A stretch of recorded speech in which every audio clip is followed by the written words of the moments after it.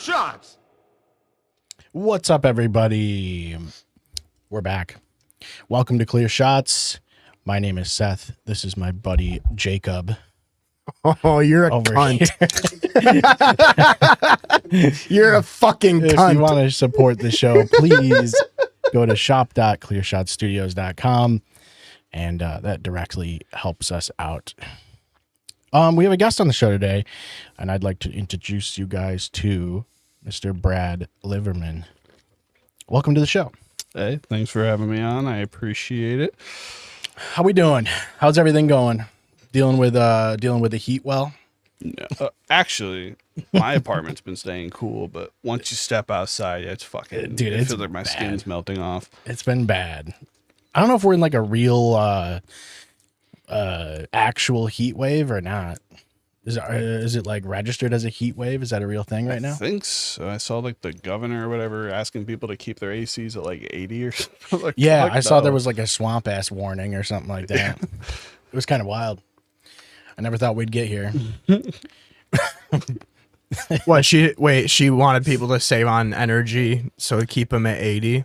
Not it. She said 78. Oh. But yeah, she like asked everyone to not turn on appliances until like after 9 p.m. and keep Well, your AC set to like 78. Did you hear the shit that happened last night with the like the Steam Stack? Stack? Yeah, that was Yeah. crazy.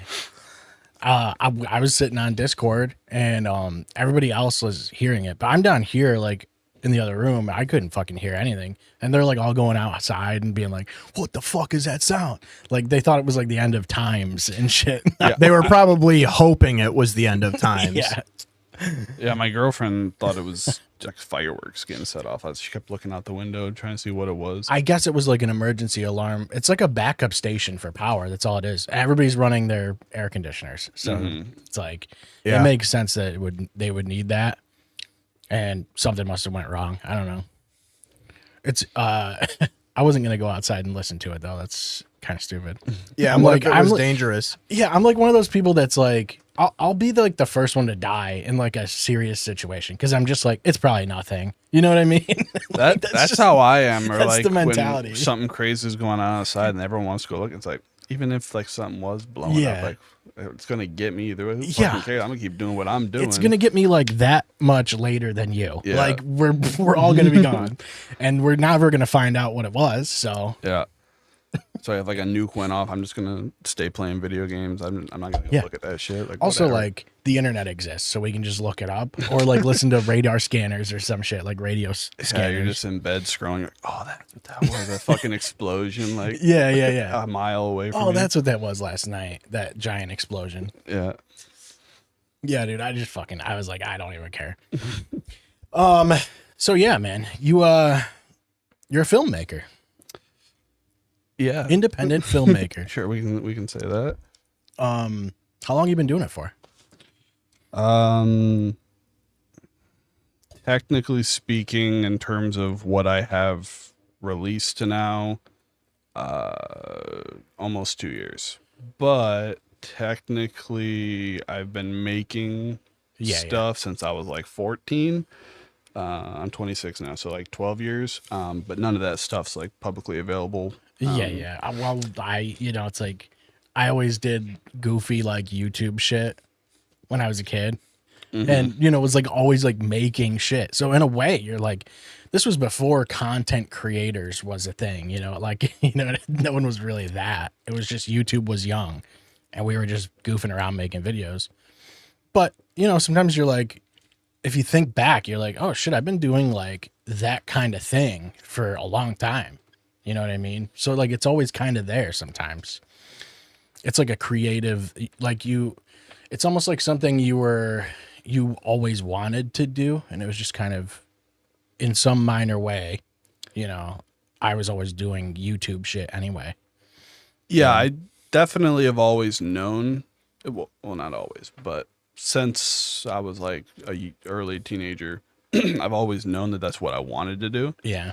I just was, for many reasons, I always pushed it off and never like actually tried to do it. It was Right. always just, oh, one day I'm going to do this, one day I'm going to do that, and always studying and learning all these things, which not to sound like full of myself, but I I do feel confident in that my films are at a higher level than someone else who would be just starting out. At this stage, yeah. Yeah. And that's because I spent so long studying before I did it. Right. Whereas most people are like, oh, I want to make a movie, and then they just hop right into it and they learn as they go. I kind of learned everything for 10 years and then started making stuff. Yeah, it's like did you have like a thing that you were like, oh, I want to do like movies? Or like, was there a thing that got you into movies specifically? Or like, is there like a turning point where you're like, oh, that's it? Because sometimes people don't have that and they just don't really remember that there was like a event or a thing. I do, and I know the specific moments, but it's like multiple things. So to go to the start, a lot of people don't know this because it's just something I was like always embarrassed about growing up, and I don't know why because it's really not that big of a deal. But I'm autistic, and so when I was a kid, I would basically it would be stimming is what you would say like autistic people are doing. And when I was stimming, I would have like these action figures and stuff, and I would be playing with them, and I would kind of go into like my own little world, and my family would call it circles because I would just walk in circles for hours, just kind of decompressing or whatever. And what I was doing was I would like recreate movies and stuff that I had just watched in my head, and I would kind of like act it out with the figure almost. But I would like change things. So like my uncle got me really into like 80s horror when I was a little kid.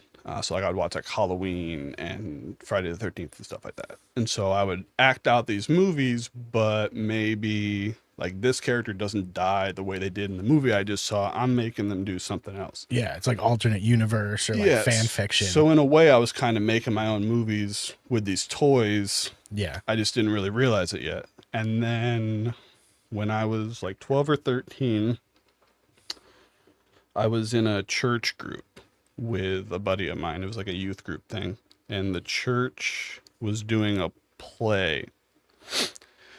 And I had never done anything like that. And so I agreed to do it and immediately like fell in love with it, but not the acting. It was like the reading the scripts and the building the characters and the like costumes and rehearsals and putting everything together. I was like, I don't really love the acting, but all this other stuff is super cool. Mm-hmm. And then I shot my first movie on an iPhone 4 in like 2014. Me and my cousins in his backyard just messing around with like Nerf guns and swords and stuff. And we had like those shitty apps that you used to be able to download where you can like put like a dinosaur in and have it like kill you or whatever. Yeah. And so we made this dinosaur movie and it was really stupid. And we came up with this plot or whatever, like some revenge thing. And then it would randomly cut to somebody getting killed by a dinosaur. Mm-hmm. And it's like the dinosaurs were really there, but we were just like shoehorning them in to tell our story. I wish it was on YouTube at one point, but I had taken it down because I didn't want to like get made fun of or whatever. Because I was like 14, so I was like just getting into that age where you start to become like self-conscious about like everybody in high school. Right. But I knew I liked that, and I thought that was fun. And then I would just start writing, and that's like when I really started studying film. Like at that age, everyone is watching like Filthy Frank and the Paul brothers and whatever was popular on YouTube at the time. But my feed was like movie reviews, and I'm watching like box office breakdowns and script writing stuff and how-tos to work cameras and stuff that I don't even own. Yeah. Or do I have a job to buy any of this stuff anyway? So it's useless knowledge. And that continued on for a while. And then senior year of high school, I went to college. I wanted to do film, but I couldn't. There wasn't no film schools around here, so I went to Cayuga in Auburn. Yeah, they have like telecommunications. That's what I did. Yeah. Only for a semester though, because I dropped out. There's a lot of stuff going on in my life as to why. Like I had like a really bad relationship that was getting in my head, but really I was just lazy. I was just a bad student. Yeah. I know that Dropped game. out, sat and did nothing for a while. Then I started doing an online film school called Full Sail. But I kind of hated it because you had to do all these like beginner classes before you get to the good stuff. But I already knew all this stuff because I had studied. So I'm like bored, chugging along. And then something changed with FAFSA. I don't remember what specifically, but all of a sudden I couldn't go anymore. So I got kicked out because I couldn't afford to pay out of pocket and the government wasn't going to cover my tuition anymore. So I never got to get into the good stuff there. And so then I was like, I don't know, like 23. Like I hadn't done nothing yet. I was always talking about it, telling my family, "Oh, I'm gonna make a movie," and like they all know I knew this stuff, but I feel like they all kind of thought I was like all talk, like, yeah, you're gonna make a movie someday." And so then I was like, "Fuck it." I had bad credit, so I couldn't like buy stuff I wanted to get loans. So I had a buddy who did like one of those paying for things for me. Like I gave him the money, but he used his account. And so I paid that off through him to buy like a shitty like $400 camera. And this was like when, you think? this was like right before Cellar Dweller. So this would have been like 2023. Yeah, because like nowadays cameras, I mean, they're pretty good for like even cheap ones are pretty good. Yeah, it's yeah. like It wasn't a bad camera. It was definitely a photography camera, but it could shoots video. Video. Right. It could shoot 4K video. So I got that and a couple other small things, and that's when I was like, I'm gonna make something, and then made something, and went from there. But yeah, that's how it started. I guess it was something that from the day I was born was in my head, and it was just built upon with all these little steps along the way. Yeah, it seems like that just like naturally was the way you wanted to go anyway.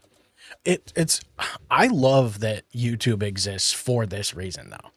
Cause like people can just whatever they want to do, like if they want to do something like this, they can just do it. Like you just get a camera, and even if you have like some lapel mics or something like that, like we would have never like, I don't know, when I was a kid, I was like, it'd be cool to like have our own show. Cause my cousin and I, we always came up with like these goofy ideas, and we would like, laugh to ourselves and be like, this shit's hilarious. Like this would be a wicked good idea for like, skits or like just short, like a sketch show basically. And we just couldn't really do it. And YouTube didn't really exist until, I don't even know when it really blew up, but by that time, 05. It was, kind of too late. And I love that YouTube exists for that.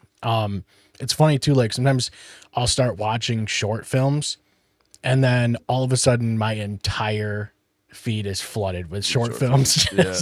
And like they're not even necessarily all horror films. It's just indie films. And that's kind of cool.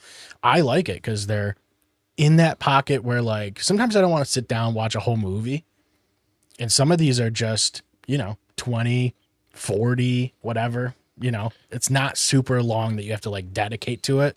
And you get like a full narrative too with a lot of these. Like that one kid that just did Obsession, he has a bunch of those short films and they're really good. Yeah, I definitely think it's cool that you can, especially now with how technology is moving, you can really do it with so little. And it's so easy. But a lot of people get discouraged on YouTube because they don't blow up or they don't get a bunch of it. You can blow up and you can get a Hollywood career from it. Yeah. But you shouldn't be posting it expecting, I'm going to make this and Hollywood's going to call me. It's like, you might get like 50 views. Like, exactly. Just make it to make it. Try to make it as good as you can. Share it. And then if you blow up and get a career out of it, awesome. If not, you still can say, I made this and like show it to your friend. Like, let's watch my movies, yada, yada. Like we didn't post the first podcast and go, if it doesn't hit 4 million, we're done. You know what I mean? Yeah, pretty much. Like It I always probably didn't even hit 4. no. I always wanted to do radio. Like I was always obsessed with like even when I was younger. Like live radio, yeah. Yeah, like Sirius XM. Like I fucking loved Howard Stern, Ricky Gervais, Stephen Merchant, and Carl Pilkington. That show. Like talk shows, Opie and I Anthony. always loved talk shows. Yeah, And then when podcasts came out, it was like this thing. We kind of caught that wave right when podcasts were like really blowing up into like way too like overly saturated. yeah, 17 is pretty much around that.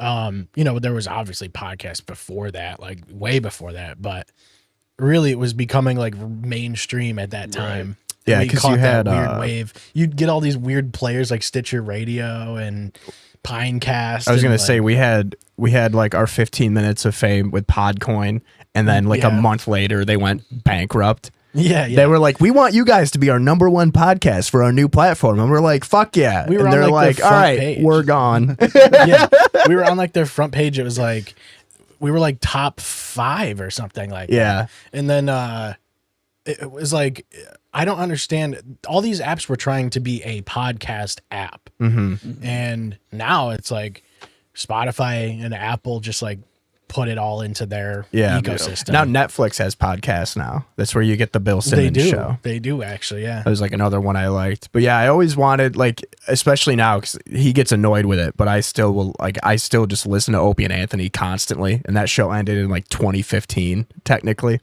And it's like it would have been so sick. Like the infrastructure for us growing up in Central New York here too is like limited because it's like it would be so different if we like grew up in relatively affluent families in Manhattan Or Los Angeles or yeah, something, and yeah. you could just like you could just have a career of doing a radio show from like 5 a.m. to 9 a.m. Monday through Friday. Make 7 figures doing I don't know if that. I'd want to do that. Like I would love that. Oh my god, get up like, at fucking 4 in the morning to go oh, to dude. But you're in New York. yeah. You know, you like get a bagel. Getting up at 4 sounds shitty, but I feel like if you're doing something you love, then it's like, Well, I get up at 4 anyway, but Yeah. yeah. And you hate your life. yeah. It's terrible. Yeah. But it's like the difference is I go there and we just play with metal. Whereas, like, if I had to go on the radio and use my brain and speak and say words, like that's a different thing. At least here, I like to like throw down some caffeine and like be somewhat alert, you know, Yeah.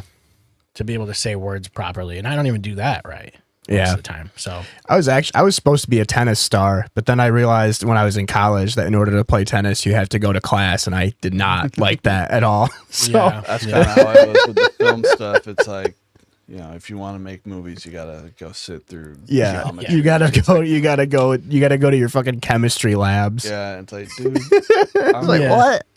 What do you mean chemistry labs? if I wanted to do this, I would not be in film school. If I Yeah. wanted to solve math equations. So, what do you use for like your editing and stuff? Do you use like Resolve or something like that? I do. I I knew it, dude. Yeah, I yeah, knew yeah, it. yeah. No, you know why I knew it? Because in one of your films, I was watching it, and there was a spot where like the feed cuts and it said no media, something like that. And Yeah. I was like, I recognized the screen. I was like, that's DaVinci Resolve. that was Dream Snatcher. Yep. Yep. Yeah, I don't remember why I used Resolve. Well, we use it. I mean, I use it for just, we don't really edit much, but when I do edit things, I use it because it's free and it's pretty Yeah, beefy of a program. Yeah, I started learning it on the free version. I don't remember, maybe because it was free. Yeah. But that was before I was like really like I had tried to make a movie before Cellar Dweller. I tried to shoot it on my phone with Filmmaker Pro, and Editing things on phones is a nightmare. yeah. Dude. Well, I was gonna put the footage to a computer and edit it with Resolve, and I had the free version. But the actors backed out. The movie fell through, so the movie never happened. But that's where I started to learn it was in Resolve, and I think I edited Cellar Dweller on the free version of Resolve as well. But then when I got the camera, I got the Blackmagic Pocket 4K from my buddy. It came with a subscription to the paid version that he had never activated. So now I have Studio to where I do all my other films, and I've just become comfortable with it now. Like the color grading, the sound, everything I do is in there. So I don't really have any desire to switch to Premiere Pro or any of that. Dude, it would be a nightmare. You'd Yeah, have to relearn everything. Yeah, I'm so comfortable with Resolve, and there's so much stuff that Resolve can do that, like with Adobe, you have to use a different app for everything. It's all in Resolve. And if I want to make like a DCP file, which I don't know if you know what that is, but it's basically just like to make it so you can play in a theater, like on a projector. Oh, okay. But you can do that in Resolve, whereas I don't even know if you might be able to do it in Adobe now, but you used to not be able to. You used to have to pay like a company to make one for you, but Resolve was like, nah, you can just do it in here. Just free. export it as. Yeah. So it's just. Is it like an open source program? Like if they have like, are there third parties that do it? Like plugins and things for it? I don't know if that is. I don't know if it's full open source, but you can get third-party plugins to buy and use them, like for your LUTs and your Infusion, like this computer-generated images. I mean, the thing is, like, anytime I want to do something new in editing, I just go, how do I do this in Resolve? And it is there. And there's it like just is YouTube capable. channels that are like dedicated to it. Like there's like this guy on YouTube. I don't remember what his channel is, but he makes like 30-second videos where it's like, okay, here's how you do this in Resolve, and just boom, boom, boom, straight to the point. And like, it's so nice. Yeah, that's great too, because I don't want to sit there and have to pause it and then go, where's the. Yeah, or it's like a 30-minute video, but what you need is like 2 minutes in the middle of the video. Yeah. Yeah, like I did like TV broadcasting all throughout high school. I used to do the news for the school on channel 16, but we always used Adobe Premiere. I'm Jacob Jones with the Swigo News, Oswego High News. No. Is that what you said? No. What was your intro line? Sup, fuckers. Welcome to the. Did you hear that explosion on the west side? North Korea's here, bitch. You're all dumb idiots. Yeah, no, but I learned Adobe Premiere, and that was the only thing I ever used growing up. And then when I became a not student, I realized how expensive it is. I remember finding DaVinci Resolve like years ago, and when it first came out, when you launched it, you could actually have the same layout as a premium program. Yeah. So you could launch and have it look like Sony Vegas, Movie Maker, or Premiere. Now I don't use that. Was Windows Movie Maker was what that I used was back in fucking the day. trash. I love that shit though, because like sometimes you watch old YouTube videos, You can tell when and it's you can made see in like the Maker. splash screens and Yeah. all that but stuff. I use DaVinci Resolve still, but I never release any of the stuff that I make. I'm like George It's Lucas. like a I just make all private. vault. Yeah. There's like 7 terabytes of just like shit he's made. It's weird stuff. There's a lot. It's just Very there's niche. There's like a 45-minute video of me playing Doom 2 and pretending that I'm suffering from Alzheimer's while I'm playing. I think that would work. There's a market for everything, man. You can, Yeah.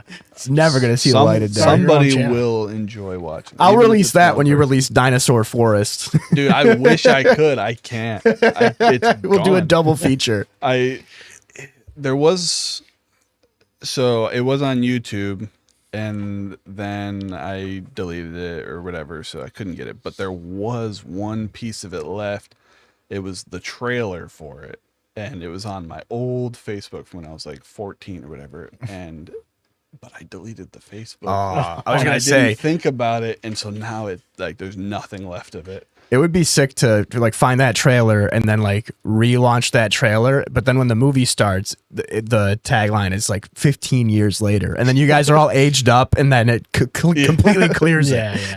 Have you ever shot anything and like lost or been like, oh, it wasn't recording, or like, because we've had shows where we've gone like 20 minutes and then we go, oh, we're not recording, or like we like a computer crash or something. I was gonna say when we had your buddy, the beef guy, the smoked meats guy, the barbecue dude. Oh yeah, Brandon when he was on here. We It had did Brandon happen. on. Yeah. We had the best 45 minutes going that we were like cracking up, laughing, just riffing for like 45 minutes to an hour. Then it was a blue screen. So then the actual episode that we did were just completely defeated. Like it was I felt really bad for him. Well, and then I realized you can not, if you don't record in like MP4, if you record in MKV format, it saves it up till you crash. So like now I'm like, okay, now we can at least like We should get Brandon back in. Yeah, and then we'll do that back over. Yeah. again.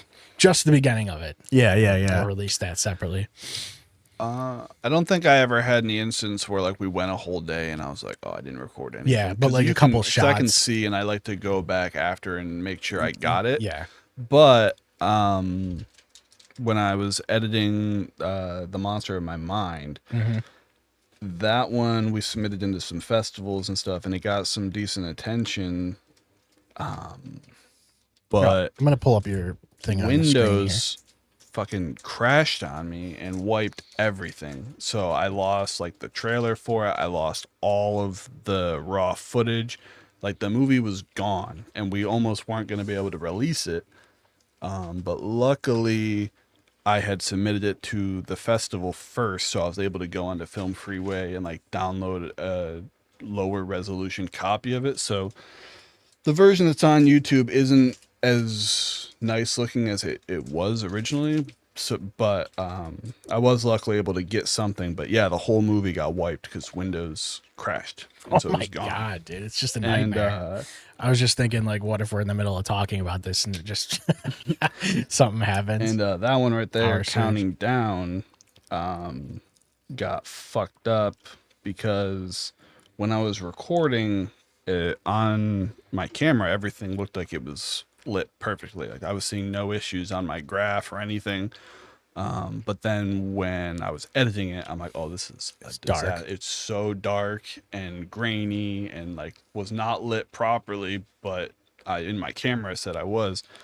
Did you shoot it again, or did you just No, like I had digitally? I noise reduced it through Resolve, so like it's got this. I kind of ended up liking it because it gave it this weird. Like, Yeah, I look, didn't but mind it. There's like this like if you pay attention to like her skin and stuff, it's like clay like almost. It's like super smooth and weird. It's because of the noise reduction. So I kind of liked it. Worked out in my favor because I think it gave it a weird look that I like. But Yeah, that was actually one of my notes for counting down was loved the colors and design. yeah, That was probably my favorite one, like artistically, or at least from like a visual standpoint. like if you It looked very unique. So that wasn't on purpose. No, I mean like the doesn't- aesthetic yeah, it looks- was like with the lights, because the whole idea was I had that light. My girlfriend put it in for Halloween. I liked how it looked with the lights off, so I was like, I'm gonna do something with this. But like it having this glossy kind of like Play-Doh-y look, that was an accident. And I just ended up liking how it turned out. Yeah, I didn't really notice anything, out of Like the if ordinary you with go it. back, the most obvious shot where it sticks out, it's like more in the middle. Yeah, like right here. When she like lifts up the phone, the light goes by her face. Oh yeah. Yeah. Okay. The little things like that stick out to me, and I'm like, I notice it. Some people don't, but I'm like, oh fuck. Yeah, again, it's like I wouldn't even notice that. You know what I Yeah. mean? Another thing that a lot of people don't know about these movies, every single one of them, everyone actually that's on the, except for the first 10 minutes that I sent you of Sunset. So that one's excluded, but all of these I didn't record sound at all. I didn't have a mic, so it's all silent, and then I added every single sound effect in. Oh, I was wondering how you were Really? liking it. Yeah. Yeah, except for the Monster of My Mind, which I did every single sound effect, but when they were talking, we had these really shitty lav mics, so to get the dialogue. But everything else, I added all the like every footstep, every picking up something, closing the door was all added in by me. But yeah, in the Monster of My Mind, when she hugs him from behind, you can like hear her mic clip, and I had to clean that up really bad. It gets muffled because we had these shitty lavs. You have to like EQ it. And all So this. bad. Yeah. But yeah, every single other one, I added every sound effect in post. But with Sunset, we had more equipment and stuff, so we had an actual boom mic and stuff. So I didn't have to do that with that, which was so nice, because that's honestly what took the most time with all these, was adding in every fucking footstep, every What are you ruffle of a using to do blanket. that? Are you like, are you recording sounds, or are you finding sounds that are like, Most of it is getting sound effects from like, things like Pixabay. yeah. But some stuff I would like record. Like sound design is so hard. Like sound design is a nightmare, honestly. Like Dream Snatcher, there's a part where he like puts his hands in his face and like breathes, and I just did that into my phone and put that in. Like it's just me doing it. So that's a mix of like some stuff I record and then some stuff I get online for these. Now that I have a real mic, so I don't need to do that anymore. But it's interesting. Maybe I guess I'll watch them again and just, considering what you've said here, then you can like think about it. It's really obvious. Now it's probably going to be Dweller. I think I did a pretty good job in all of them after Cellar Dweller. Cellar Dweller, I didn't know what it was my first time anything. So like the footsteps don't match. Like my motto with that was it's good enough. Because I wasn't originally going to release that one. That one was just for me to shoot something to practice. But the kid in it, my little cousin Andrew, he liked it. Like he wanted it to be posted. I'm like, okay, whatever, I'll post it. Yeah. And when I posted it, I thought it was better than it is. He's in the other one too, right? Skinwalker. Yep. Yeah. That's your younger brother, you said? No, that's my little cousin. Your cousin? But now when I watch Cellar Dweller, I fucking hate it. Like I hate all the things I did in it that I think are bad. I don't think it looks as good. You're going to obviously critique it harder than anybody, but it's just like what we were saying. I don't even think we were on the show yet, but with our first episodes, we go back and we're like, what were we doing? This is crazy. Yeah. We're yelling into a mic. I don't know if this show, if we started it with only one mic, did we? What, Clear Shots? Yeah. Was it actually only one mic? I'm almost positive it was. I mean, that's crazy to think about right now. Yeah. If we were sitting here in a circle with a fucking rock band microphone, mic in the middle. That's crazy. Yeah. I could be wrong though. The guy to ask that is Brian. Brian would remember because we were definitely drinking. I guess if I listened to it, I'd probably be able to tell. But because I don't remember if maybe we started Clear Shots because we got the mics with the pop filters. Because I remember when the pop filters were popping. The pop filters were that was a fucking that was a whole saga. That was And then of course the classic one we had our friend Jesse on and there was a power outage. And so we recorded it on the laptop with just the battery by candlelight. Yeah. And that one was didn't great. Have video. Yeah. That was crazy. That one was a crazy, like, spooky Halloween episode. Then we got we got a camera and just did like I was using a GoPro. Yeah. And it sucked because it was like a cheap GoPro. So it was like wide angled. Yeah. And then it was like a Hero 3 or something, I think. The weirdest era for me was the apartment era. Yeah. That's the weirdest one because we did it in your living room. On a couch. On a couch. And but we at least had mics, Yeah, it was comfy. Most episodes I just ended up horizontal. Laying down. Yeah, that's true. By the end of the episode, he was laying down. And I will also say that most of those episodes we ended up talking about pizza. Yeah. I'm pretty sure we called Domino's on one of the episodes. We got into an argument about pizza toppings, and I called a Domino's in each time zone of the continental United States to figure out what actually is a pizza topping or not. If cheese was a pizza topping. If sauce was a topping. Sauce, yeah. Yeah, if sauce counts as a topping or not. Because it goes on top of the pizza. Definitely doesn't count. It does go on top, but I think on the apps it's sauce and then your toppings. I think it's a separate category. I don't think it's pizza. All right, anyway, that's Clear Shots. Brad, thanks for coming, man. I don't think it's pizza. Out of the Woods is coming back soon. Check out Burning Hammer if you haven't. We just did a new episode yesterday. Anyway, next topic. We're not going to argue about pizza toppings. I'm not going to get animated about pizza toppings. We already settled it. Yeah, Domino's in Nevada clearly stated. Go find the episode. Exactly what Brad said is that it technically isn't a pizza. It goes on top of the pizza, but it's not a topping. Is there a clip of it? Yeah, there is. It's a long clip. Yeah, it's the two of us in Cass. But and I think I don't know. It's fun. It's just fun. Yeah, and there's a lot more to capturing audio than I first realized too. Yeah. Like compressors and like normalizers, like making sure your volume's right when it's exported so that like when you put it on YouTube, it's not quieter than everything else is. Yeah, but I like to, because you use Resolve. Yeah. But you might already, I don't know what your audio is like. But I'll mix everything how it sounds good to me, and then I'll normalize it all for a YouTube export, and then I go back and remix all the levels where it's normalized, and I feel like that gets me at a good volume. Yeah. I've read too that YouTube kind of does that adjustment too on its own. Sometimes. It will do a little bit for you. But I want it to be pretty standardized, for the most part. Everything we release, like I said, I don't really edit the show unless someone specifically like asks me, like, "Hey, pull that. Can we not put that in or whatever?" Yeah. Yeah. No, the best part is when that happens after we already aired the episode. Yeah. It'll be way later, and he's like, somebody will be like, be like, "Hey, actually, I can't it's let not my good for my career. Yeah, I can't let my family hear me say that. Yeah, I can't let my partner hear me say that. I just say slurs for 5 Literally." minutes. Yeah, I'm actually engaged to one of them now.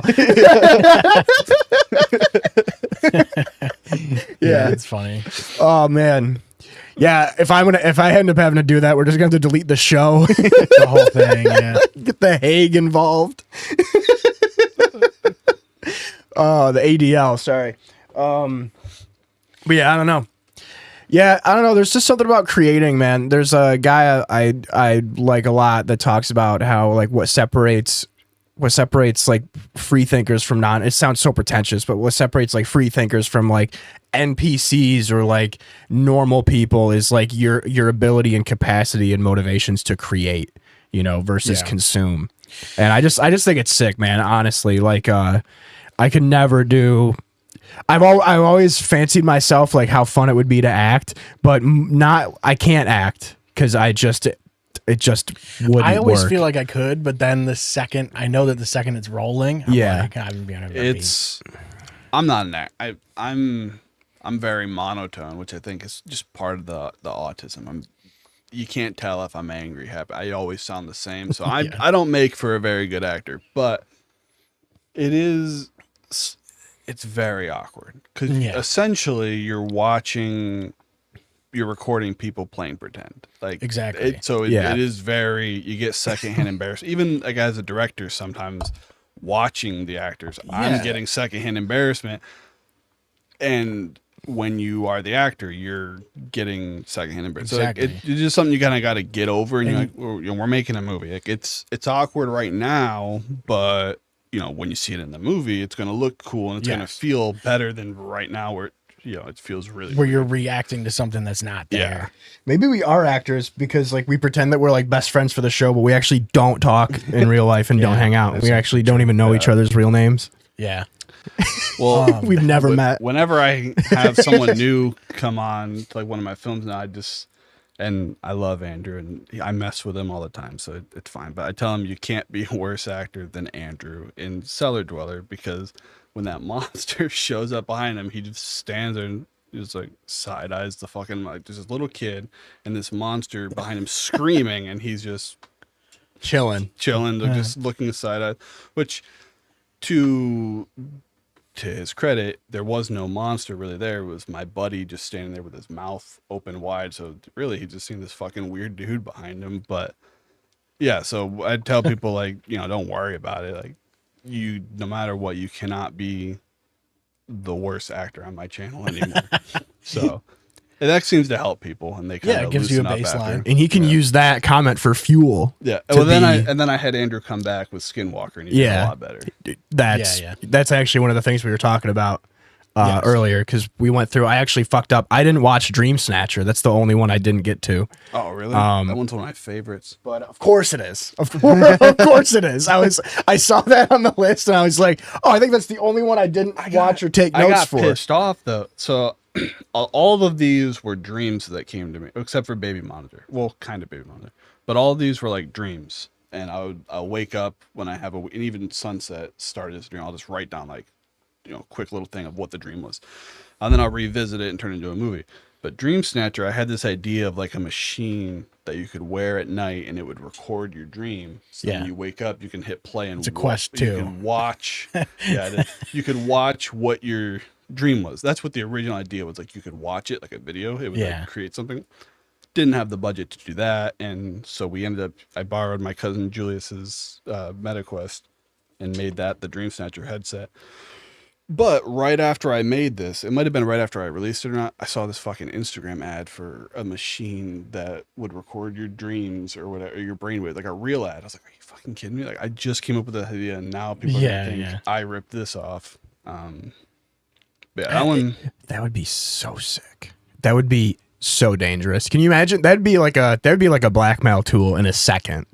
Yeah. Well, yeah, it would for sure. Recording people's dreams. Yeah. Did you ever play the game Cyberpunk? No. Yeah. I mean, I have started it, but I never like really sat there and played it. There's like a really cool piece of tech in Cyberpunk that I like. The fucking brain dances. Mm-hmm. They're basically like, you like record like a GoPro style thing, and when somebody else goes to watch it, it actually places you in their head, so you can feel all the sensations and hear it and stuff.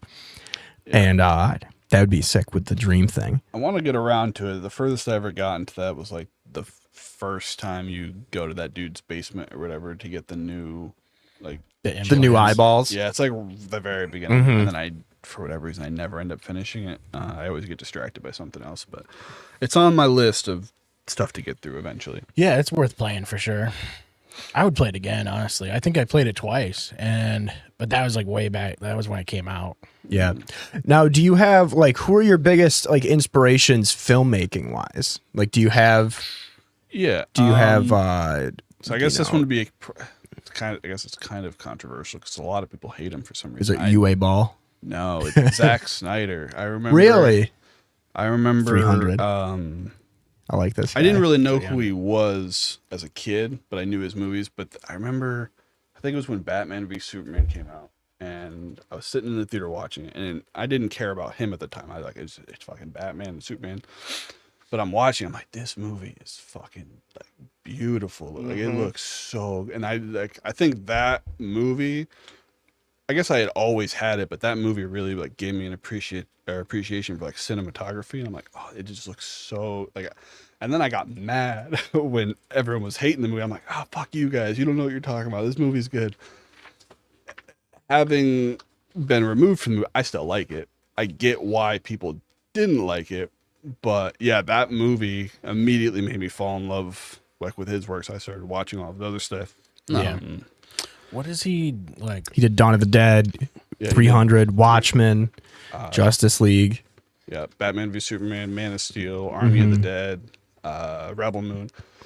Those Rebel Moon movies, I fucking hated them. I think they suck, but they look so good. Like all of his movies, whether they're good or bad, it's Sucker Punch was the other one I was thinking of. Kind of a mixed bag, but they just look so good. It's actually really funny you say that because Zack Snyder is one of my favorites as well. Just his style. And I did his Dawn of the Dead remake in 300 this week, and I was just like, yeah, I just love the way. I don't understand the hate. Yeah. A lot of these seem to be like pretty reasonably big movies, you know. Zack Snyder is he's like he's like the comic book director. Like a lot of people hate him, a lot of people love him, but after Dawn of the Dead, which was his first movie, it was a remake. After that, he pretty much has done exclusively comic book movies, except for his last couple were like original. But yeah, he did big movies, and because they're so big, you have the fans who like, oh, this isn't my Superman, and the other ones are like, now anything that's not his, they're like, oh, fuck you, Zack's is better. The crazy thing is that his Dawn of the Dead remake might be my favorite zombie. I was just gonna say that that's my favorite zombie movie, and it might be one of the best. Like, have you seen that? You've seen that at least once, I've right? Seen Shaun of the Dead. Shaun of the Dead is great. Shaun of the Dead is probably second best zombie movie ever made. Aside from, I'm blanking on it right now. But is it 30 Days Later or something like that? 28 Days Later. I don't know what I was thinking. I was thinking of 30 Days a Night. Aside from 28 Days Later, which kind of had zombies, his remake was like what really brought the running zombies into the pub. So like now every zombie runs and is like rabid. But before his movie and 28 Days Later, they were like everything's just slow. Yeah, because you had like Day of the Dead, Return of the Dead. That makes more sense to me, though.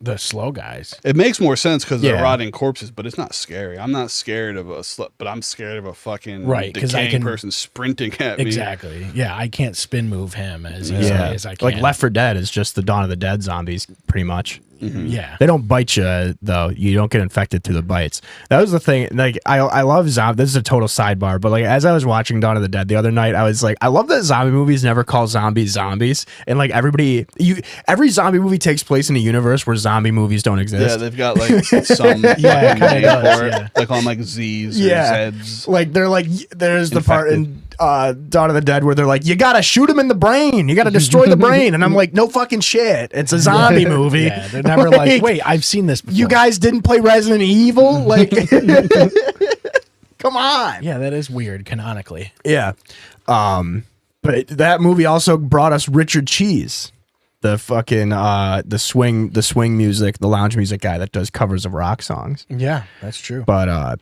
yeah, I don't know. There's just, and now we don't really get zombie movies anymore. I can't remember the last one The last one, that was good. well, aside from the 28 Days Later reboots, but they're really not. They are zombies, but they're not. Might have been another Zack Snyder movie, Army of the Dead. Was that one good? That was the Vegas one, right? It was okay. I heard It mixed was a things. cool concept, and it looked good. The action was good, but it was, it left a lot to be desired. Yeah, is Batista in that one? Yeah. Yeah. Okay. Well, so like, are horror movies your main? Do you like what's your favorite movie? I guess is what I'm trying to say. Yeah. Give us a Mount Rushmore. Give us 2 Mount Rushmores Fuck. I hate because and a couple honorable mentions. I don't know if I can give a round Rushmore of like what my favorite movie, but because I don't know if but I have some that I would say are some of my favorite movies. I really love Friday the 13th, that whole series. I don't think they're great movies. I wouldn't say, oh, this is a really good, but I just love them. No, you can't. I will defend you. Yeah. If anybody challenges you on that. And When you said that in the voice message, you were like, so you said a lot of it was inspired that. And my way. hottest take is that I think the remake from 2009 is the best one. I think that is the never mind. scariest version of Jason. Yeah. And aside from that, it would be part 4. Well, we were talking about Jason X. Jason X is terrible, but it's Jason in Space. It's They should have awesome. called it Jason in Space. They should. fucked up. Jason No, Goes the to remake Space. is good. I'm just fucking with you. I don't think the only I like every movie in that series except for the first one and Jason Goes to Hell. Every other movie in that series is a blast to me. Yeah. Yeah, because you got I like Ernest Goes to the Beach. That one's good. yeah. Well, because you got the first one, it's his mom. Yeah. Then the second one is the sack hood before he gets the. Yep. And then 3 is when he finally gets the mask. Yep. Is 4 the one with Crispin Glover? Yes. And he's like, Ted, where the hell's the corkscrew? And then that one's great. He's just talking about how he's a dead fuck the whole time. 5, I don't think I Five's remember. with where Tommy is like a teenager and he goes to the halfway home. Yes. And it's like a guy impersonating Jason, even though he's just Jason until the very end. They're like, oh, it wasn't Jason. Is 6 the one where Tommy Jarvis brings him back with the lightning that's on like accident? Frankenstein Jason. It's like got super campy. It's got like the Yeah. James Bond opening. Is 7 the one with Carrie? Yep. Yeah, And 7 then was good. 8's Jason on a boat. Yeah, Jason that Manhattan. one is Jason Goes Then to 9 Vancouver. is Jason Goes to Hell, and that's a fucking hate that movie. I've never seen anything past 3, I think. Is Jason Goes to Hell the one where it's like the bug? Yeah, and Yeah. that one sucked. Then Jason X is awesome, I fucking love that one. and then Freddy vs. Jason is awesome, and Yeah. then the remake is my favorite. Just Remake 'cause Jason was just, really like, good. He's like setting bear traps, and he's got like these underground tunnels instead of teleport. Like it's fucking scary. Dude. And then it also has the fucking funniest line in a sex scene in a movie Yeah, ever. well, there's like Where- tits where- are so juicy. Yeah. Dude, or these would win, or you got perfect nipple placement. Yeah, you got perfect nipple placement, babe. Like, these would win in a titty contest. Like, could you imagine you're having sex with a girlfriend? Not your girlfriend, just a girl you're just hooking. And the first time you're like, oh, you got perfect. That nipple is such a placement. horror movie. It's so thing, though. fucking good. It goes on for like 3 minutes, Um, and it's just every time they cut back to him, he's just saying something stupid. You mentioned Halloween. Did you like the Rob Zombie Halloweens? No. Really? I hate those. When I was a kid, I liked them because they gave me a more brutal Michael Myers. But as I've gotten older, that new trilogy, which some good, some bad in it, but it kind of gave me Evil Dies Tonight. but that gave me the brutal Michael that I wanted, and I don't have to have the weird rape scenes or the white trash characters. Yeah. So I can get my brutal Michael in these movies that aren't necessarily amazing, but I don't have to sit through the Rob Zombieisms. I'm not a big fan of his. I was just gonna ask. Yeah, I was just gonna ask. I was like, I feel like he's about to zag on me. I think I feel like they were okay, but it was just one of those things where like, yeah, so you can feel. I just Rob think Zombie. he needs to not write, which is not like an original take of me, but I think he is a good director. I think he's got a good sense of style and aesthetic. Yeah. Definitely got a good sense for brutality. I just think he needs to stop writing the dialogue. Every character is like the trashiest person you've ever met. Yeah. Like Laurie Strode's first scene, she's like fingering a donut and like, yeah, it's just like, I get that every main character doesn't need to be like this, prissy goody two shoes character, but when every character kind of feels and talks, like they have paramedics talking about wanting to like rape the dead bodies in the back, like no one's doing It's that. very it's a very specific audience. It's me. I'm the audience. Yeah. It's me and my cousin B-Rad. I think he would make a kick-ass Texas Chainsaw Massacre movie. Yes, 100%. That would make more sense. Yeah. And then he can throw his Rob Zombieisms into the family, and they can be all trashy, and it makes perfect sense in that movie. Yeah, I wish. It's funny, the first Halloween, like the original, I didn't realize how short it was until I watched it again, and I was like, and what? this Got, like, is no blood in it either. Yeah, and well, yeah, it's still fucking terrifying. We bring up Halloween quite often, actually, now that I'm thinking about it, because I feel like we talked about it before, or we just talked about it off mic, but like that movie is still like so scary. it's only an hour and 31 minutes. Yeah. Well, another thing I hate about Rob Zombie's Halloweens is I hate what he did with Loomis. And like, I get that he wanted to do his own thing on Loomis, and like the character that he had Loomis makes sense. Like, there are people who would exploit it but that's not what Loomis is. Exactly. Loomis didn't care about money and all. Like, he really wanted to make sure Michael never got out, never hurt. It's like, and he's my favorite character in the whole series, aside from Michael, is Dr. Loomis. And so I was so mad with what he did with that character that it kind of ruined the movies. And I think going back to the Rob Zombie thing, I wish that he did I wish all of his movies had the same vibe as House of a Thousand Corpses, because that's my personal favorite of all of his. My girlfriend and I were, because she had never seen any of the Halloween movies, and I've been showing her like all these old classics that she never watched. So we just watched the Nightmare on Elm Street movies. And Did you watch Halloween 3? We haven't got to it yet. I'm gonna show her all, but I was warning her about Season Rob of the Zombie. Witch? Yeah. It's like just not. Yeah, you're just like, what's happening? Why'd they do the first two Michael Myers movies? And then but shit, what was I gonna say? Oh yeah, I was telling her about Rob Zombie and warning her about those movies, because she had never watched it. But I was telling her that all Rob Zombie movies are the same,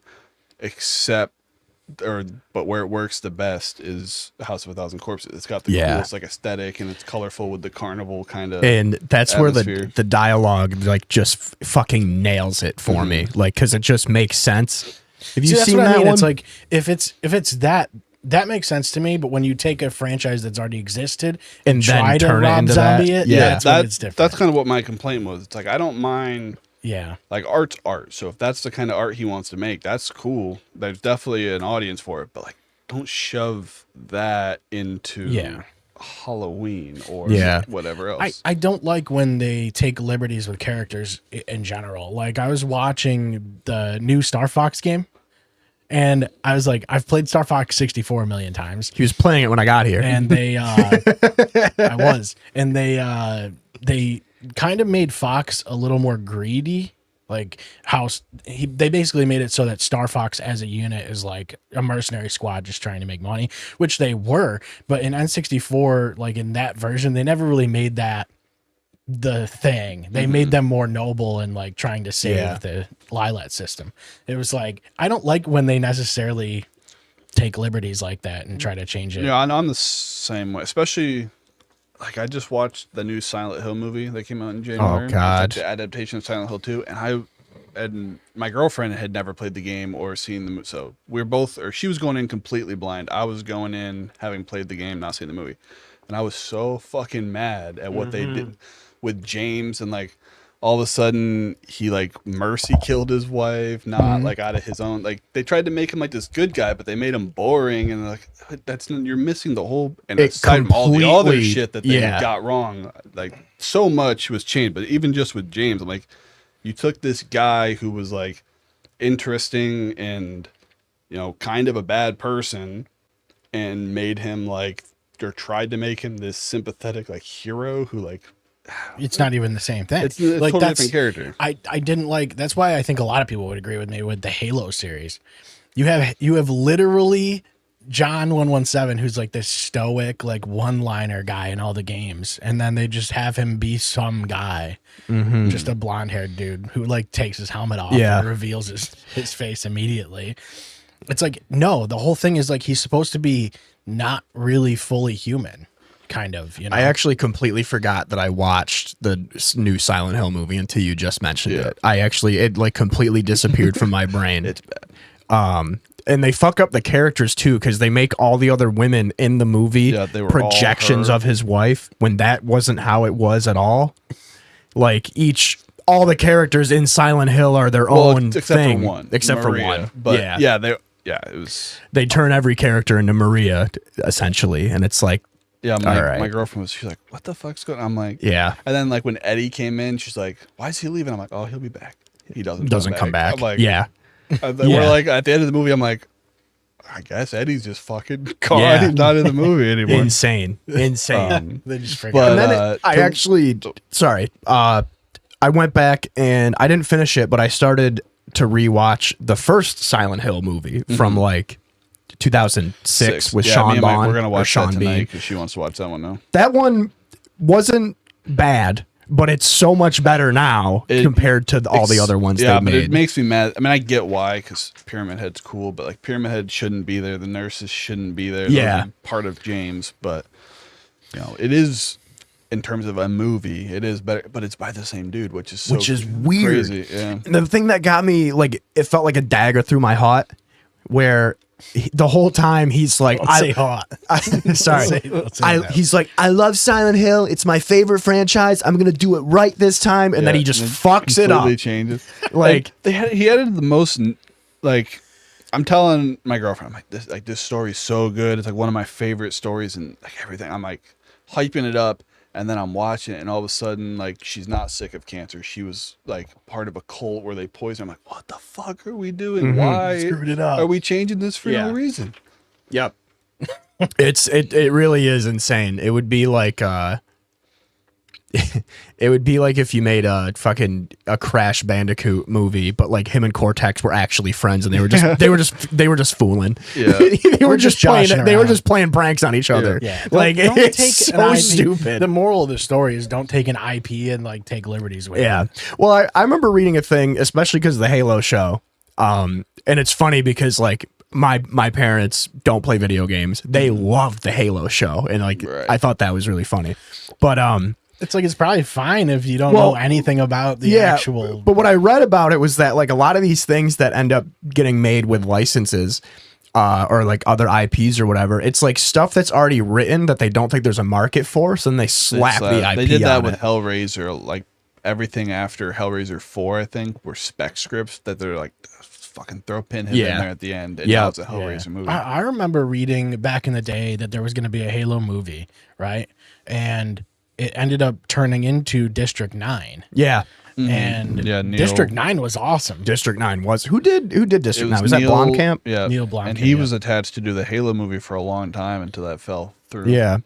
They were also supposed to do a Gears of War movie, but now they're doing a Gears of War Netflix series. That's going to be bad. That's not going to, like that Resident Evil Netflix show. Oh, the one with he just passed away. The one with Lance Reddick as Wesker. That one was just confuses a nightmare. Me because like that one like, was a what nightmare. Exactly is the like, what the target audience should be, because obviously this is who you're going after because you're using the IP. But then if you're going to change it, why, like, who are you aiming at now? Well, that's kind of why I'm happy that Zach Cregger's Resident Evil movie is like its own original thing, because then you don't got to worry about them not being faithful. But at the same time, I would love to have like a movie, a real movie of Resident Evil 2 or Resident Evil 4 or whatever. But yeah, I would say if you're not gonna be 100% faithful, or even 90% faithful, then just do your own thing. But also, if you're gonna do your own thing, like that Until Dawn movie, I think it's kind of similar to my movie, kind of actually. But I think the concept's fine. But like, why are we calling it Until Dawn? Just call it its own thing. It's not even the same thing. Like, you have one character who's from the game in the movie. He could be a totally different character because he's not even the same character in principle. It's just in name and actor.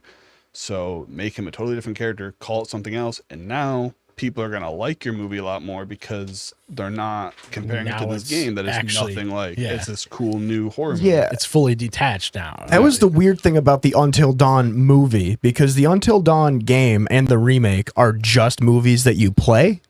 Essentially, yeah. And then they're like, let's make this into a movie you watch, but change it. Like, and I was confused with the marketing because they're like, yeah, the whole thing's about surviving until dawn. I'm like, that's not what it was about. Like, yeah, they had to the original one was till dawn, but like that's not what the point was. It's almost like they just like read the title and they're like, I know what it is. The original concept of Until Dawn, if I recall correctly, was how many hilarious ways can you get Emily killed? Yeah, I mean, that's the fun for the player, and the story is like Wendigos and stuff. Yeah, these people or this group of friends are trapped in a ski resort. They think they're being killed by a slasher. There is no real killer. It's their friend who lost his mind because his sister died pulling a prank on them. Plot twist, they have been really dying, but not because of him, but because there's a fucking Wendigo. That's the story. That's cool. And instead, they're like, what if these people were trapped in a house and there's a slasher, and now there's a Wendigo, and now when they die, they're gonna die by water that'll make them explode. And now was it also a time loop or no? Yeah, it was I was gonna say basically like when they die, they had to start over, but they had so many lives and they had to survive each scenario until dawn to make it out. Like that's not even the same concept at all. I never played Until Dawn, but I've seen people play it. Isn't it one of those games with like a bunch of it's heavy rain. It's like an 8-hour movie, narrative, and then like each chapter you follow a different character and you make choices, and depending on what you do can change like how they interact with each other, or like someone dies. I like that. It was it's the guys that did The Quarry. Did you play The Quarry? No. I love that one. I think I might like that one. So I played a lot That's of what I've heard. The Telltale Walking Dead games. It's that. It's similar to that, but better because like your choices actually impact stuff, and like you can have a character die in chapter 2, or based on your choices, they're relevant in there until the very end of the game. Yeah, for me, it's like I understand that the replayability is there because of that, but like for me, it's like I've already I don't want to. Like you would think that, but when you actually get your hands on it and like you see, like when you make a choice and instead of getting away, this person gets their head ripped off, you're like, well, now I want to see what happens if I didn't do that. And there are like I said, there's a lot of really funny ways make a you save can point and then reload the save. I think it doesn't let you. You can't in Until Dawn in The Quarry, but you might be able to in The Quarry. But they have another one called The Casting of Frank Stone, which is like in the world of Dead by Daylight. Yeah. And in that one, you can like go after you complete it, you can go to different points in the story and pick up from there, and then. Oh yeah, see, they have that in The Quarry. Like, that kind of stuff I could get more into. Like, there's a lot of narrative games where it's very linear. Like my girlfriend's playing Animal Crossing. No, what's it called? Tell Me Why, and it's made by. It's just a narrative game where you like go around and you like look at things, and then the character starts. It's basically like watching a movie, but it's an interactive movie. Like Firewatch. It's linear in that like. It's not like you can choose to have certain characters die. You just choose some decisions. It's not as wide as like something like this. There's a few games that are really cool like that. Like I want to check out what's the one where it's 2 players. A Way Out. Split Fiction. A Way Out is sick. I played that with Polly. I was gonna say I think it's The Vanishing of Ethan Carter. Yeah. Is one. where like it's what do they call it? Like a walking simulator, but you're like a private detective and you're like trying to figure out like how this kid got abducted and well, there's that one mixtape that came out where you just barely have to play it at all. Yeah, and it's a movie. That one was weird to me. And then IGN was like, "This is a 10." That they did that with Mouse PI for Hire too, which is a totally different game, but yeah, I don't know. I play a lot of like that's why like Baldur's Gate 3 has that where that's why I have so many fucking saves and like like Baldur's Gate 3 has great gameplay and it also has that narrative where you can like in fact, I accidentally killed a main character at the beginning of the game, didn't even know he existed. The guy in the portal? No, Will. Oh yeah. He wasn't even in my game. And then you're like looking at the cover of the game, you're like, who the hell is this dude? Yeah. Like that happened to me too. I didn't even know he was there. The first playthrough I ever did, I didn't save Will, or I didn't save Gale. I never met Will, which means I never ended up meeting Karlach either. And so like I got to Act 2 and I only had like 3 other characters with me and I was like, wait a minute, there's like 9 people on the cover. What the fuck is this? It's wild that that's like even a thing. And so like, yeah, that does give replayability in a lot of ways for sure. Are there any video games that you get a lot of like influence from? We totally pivoted to video games for a minute, but like, do you play a lot of games? Yeah. I'm a big gamer. What do you play mostly? Well, I have like I'm big on single player games. I like to dive into like RPGs and stuff, but I'll go through these phases of I'll binge some single player stuff and then I'm gonna binge my multiplayer games. Right now I'm in a multiplayer phase, so I've been playing a lot of Dead by Daylight, Hunt Showdown, Hell Let Loose.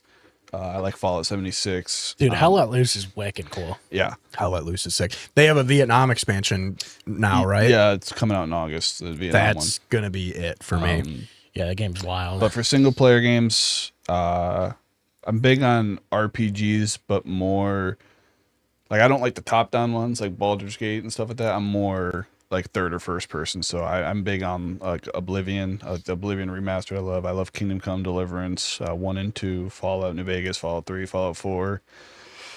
I love a lot of survival horror games. I haven't played Starfield yet. It's on my wish list, it's cool. But I'm trying to stop buying games and play through my backlog. So yeah, Starfield is like I'm gonna play it. I just haven't got around to it yet. But yeah, I'm a big Bethesda fan. Good. I like survival horrors like Resident Evil, Silent Hill. I love those games.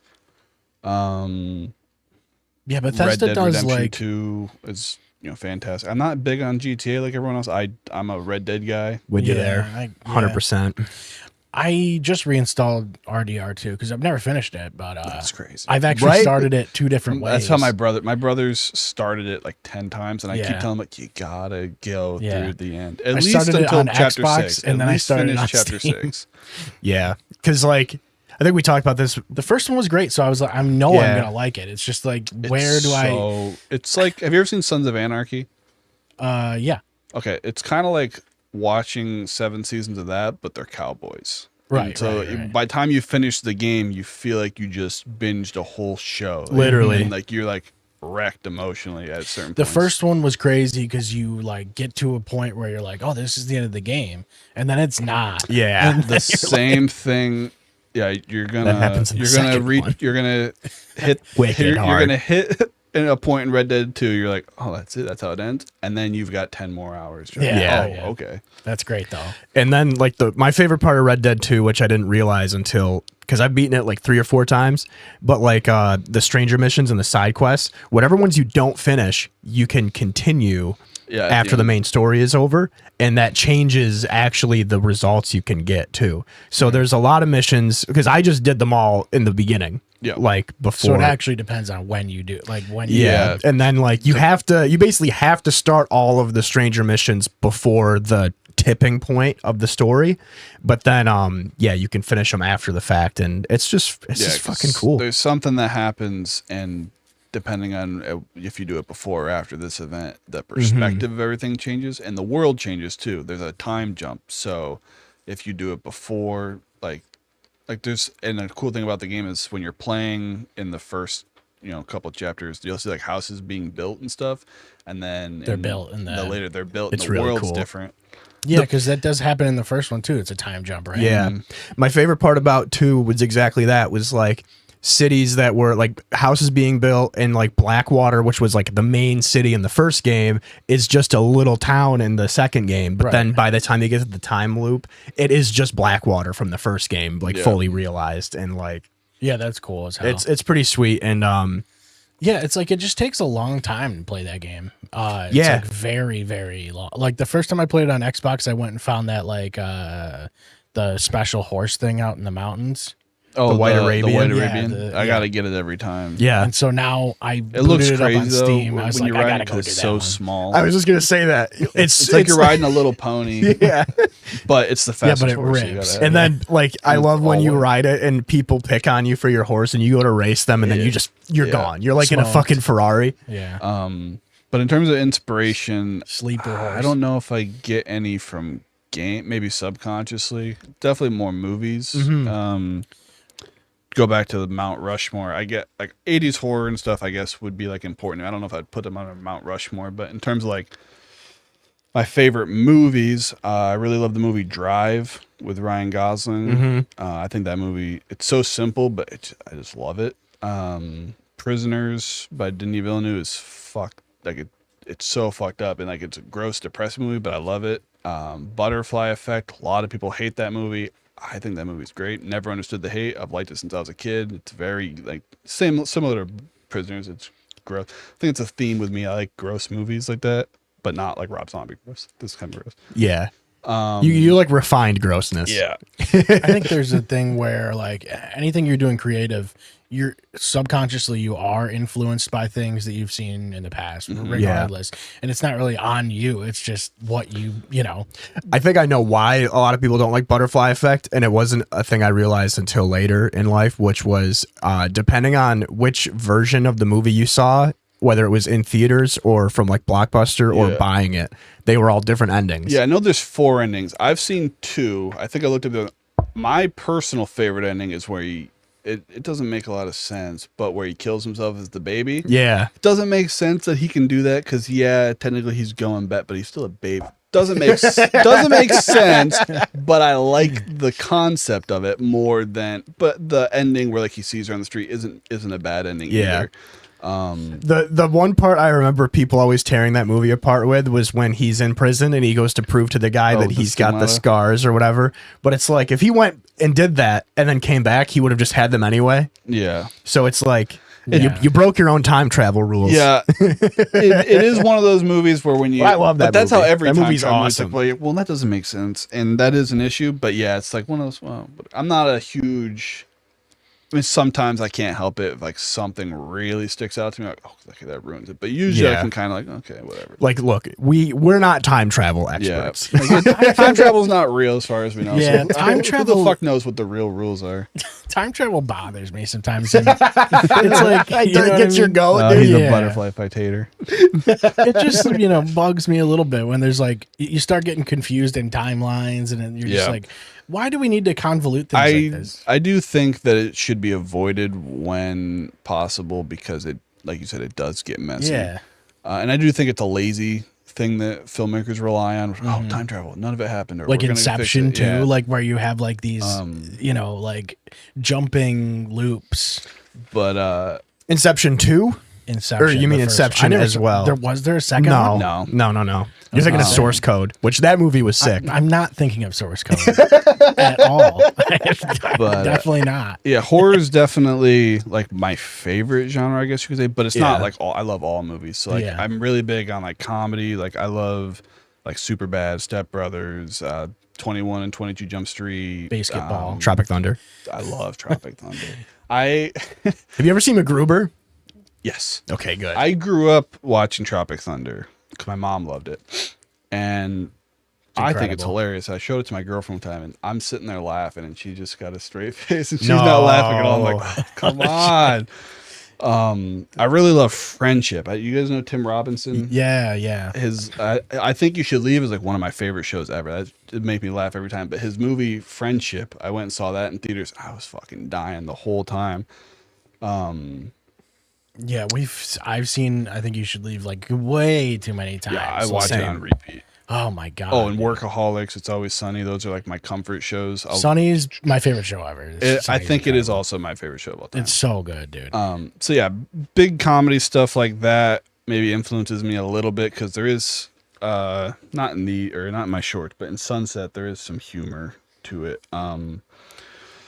In horror, especially 80s horror, but I like modern horror too. I love all movies, but what I'm not big on is like Oscar bait movies. Like I'm not a huge like I would call myself a cinephile, but I'm not like pretentious. Like movies don't need to have some like profound message for me to enjoy it, or like be about some big social thing, or like if it's have some crazy underlying meaning. Like if it does, like, that's cool. I'm not mad if it does, but it's don't not, I only watch these, you know, prestigious films, because usually I think they're fucking boring, to be honest. Well, like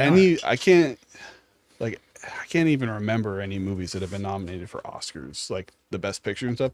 They're so like of the year, like, oh, what was the buzz movie this year? And then but I'm remembering things like from the 80s, like The Thing, or even Lights Out from like 2016, like, you know, those movies that aren't. Lights Out was sick. It reminds like me these big of movies, but they stick out to me. It reminds me of like art people, like actual art people. You know what I mean? Where they like, it's almost like they're trying to like find something that just has like a crazy meaning, just to.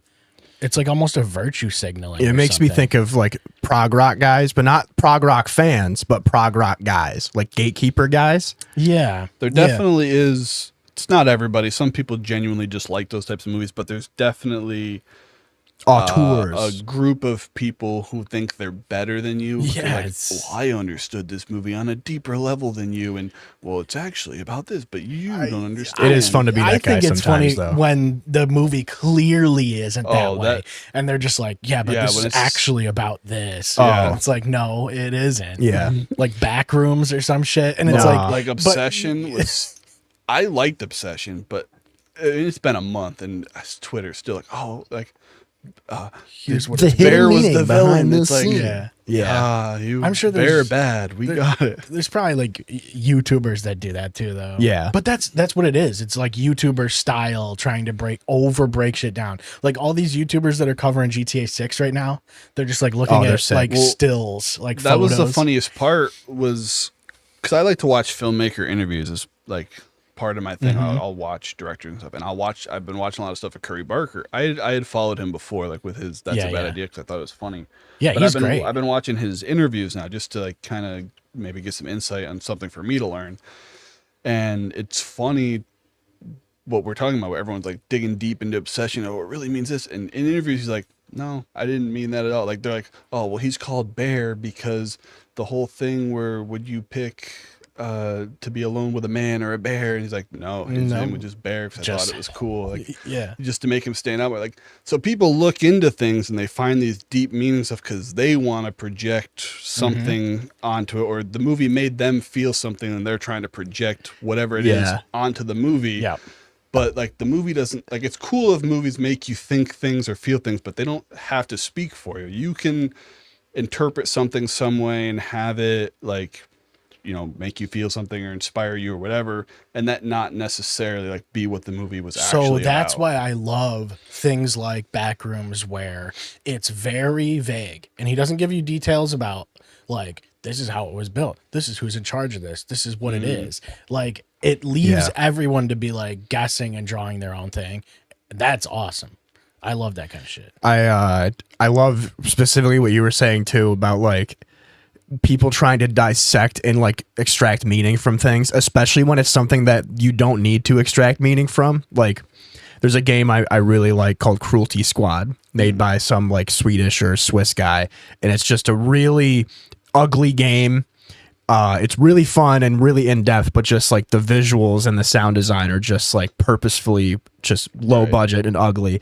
And there's literally a level that takes place where the soundtrack is just like squishy noises and like toilet plunger sounds and fart noises. And this guy is like dissecting Cruelty Squad. And he's like, well, you know, the actual meaning behind this level and the sound design is da da da da da. But then he ends up actually going and interviewing the creator. And he's like, so what was the meaning behind such and such level? And he goes, and he's waiting, he's going, yeah. He's like this. And he goes, oh no, I just thought that would be funny. And it's like this dude had like a 20-minute dissertation, and the creator's like, no, it would just be. Like, I thought it would be tight if we did that. That even happened to me. I don't remember what it was, but on the Monster in My Mind, because it's a little bit different of a story. I liked that one a lot. It was very dark. Yeah, I was not expecting it to be that dark that fast. Yeah, that was kind of the thing that like was the big hooker out. Well, I saw where it was going, and I was like, "Oh yeah, that's cool." But someone had gotten some meaning out of it. I don't remember what it was, but they were talking to me about it, and I was like, "No, that's not what I was." The comment I read through the comments, and I'm like, "Yeah, okay, I get. I mean, cool. That's how you took it. Not what I was trying to say at all." But yeah, with the opening, so this was actually the third one I did. So. I did Cellar Dweller, Dream Snatcher, and then I think Baby Monitor is one that came out. That's my favorite one. It was actually without a doubt. The Monster in My Mind was the third one I made. Baby Monitor, so we made this, submitted it to festivals. We couldn't release it till after the festival. In that time, while this was sitting and done, me and the people I met on this movie. So I didn't know these guys. I met them through a Facebook group, got them on my movie. And now like they're part of my team and have worked with me on other stuff. But we signed up for a 24-hour film competition where they, I don't remember what the date was, but at whatever date, they were going to email us with the basic thing where you have to include these 3 things in your movie. It was a wind chime sound effect, a pillow, and the line, I'm a night owl, or something like that. And so we made Baby Monitor, and we came up with the idea. We couldn't think of like what we're going to make. We're like, oh, fuck, we have 24 hours. We got to film this, edit it. What are we going to do? And so we came up with the idea to make it like in universe of the Monster in My Mind. It's like a prequel. So it's like when he's sitting there and he's drawing the things that you're going to see in the Monster in My Mind, which hadn't come out yet. And you see like, oh, he's crazy seeing these monsters in the Baby Monitor thing. He's freaking out. So when you watch Baby Monitor, it's like its own thing. But then if you watch the Monster in My Mind, or if watch the Monster in My Mind first, then Baby Monitor, you can kind of put them together like, oh, it's the same. It's the same drawing, right? Same drawing, same outfit, same house, same everything. Like they're connected. Now, did you do that because the character is like drawing connections? He's literally drawing and then drawing connections to the. I'm just fucking. I'm sorry. No, I was so confused on what you were talking about. I thought you were going to. Because we're drawing connections by watching them in an order, and then the character's also drawing a picture, and he looks like he's connected to the monster. Yeah, I guess, or something. It doesn't have to be technically. There's a deeper meaning. Yeah. Well, I saw someone was like, I don't remember this, but they said something like, oh, he was the monster the whole time. It's like. Yeah.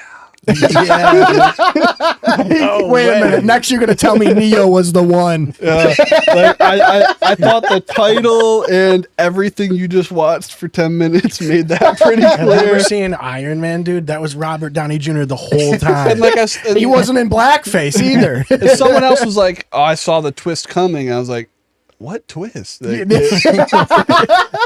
It was not a twist that he was the bad guy. It was watching him accept that he's the bad guy. I get it. Titanic's the name of the ship. I think that ship's gonna go down. That would actually be way too fun. Is to do like a movie podcast where we just do obvious call outs of like we're gonna deep dive the Matrix. Well, it turns out that Neo is actually the hero. Jurassic Park, actually those were dinosaurs. But Jaws was the bad guy. The bad guy was the shark. But yeah, sorry. You're good. I was trying to. I've been derailing you for like 8 minutes. Where I was going with the Baby Monitor thing. That was my favorite one by far. That one we filmed in a couple hours, edited it, played it at the 24-hour festival. We didn't win, unfortunately. And then it's rigged. Put it on YouTube. And so technically it's the third one, but it actually was the fourth thing we ever filmed. The Monster in My Mind. Yeah, like this is straight from, it is different footage, but there's a couple, or I think we put this shot, So I edited it into the Monster in My Mind. You had 24 hours to film, edit, and send it off. I like it. So and I think it started, we had to do it overnight too. So I think we got the email at like 8 p.m. and then we had until 8 p.m. the next day to have our video sent. I don't hate this one.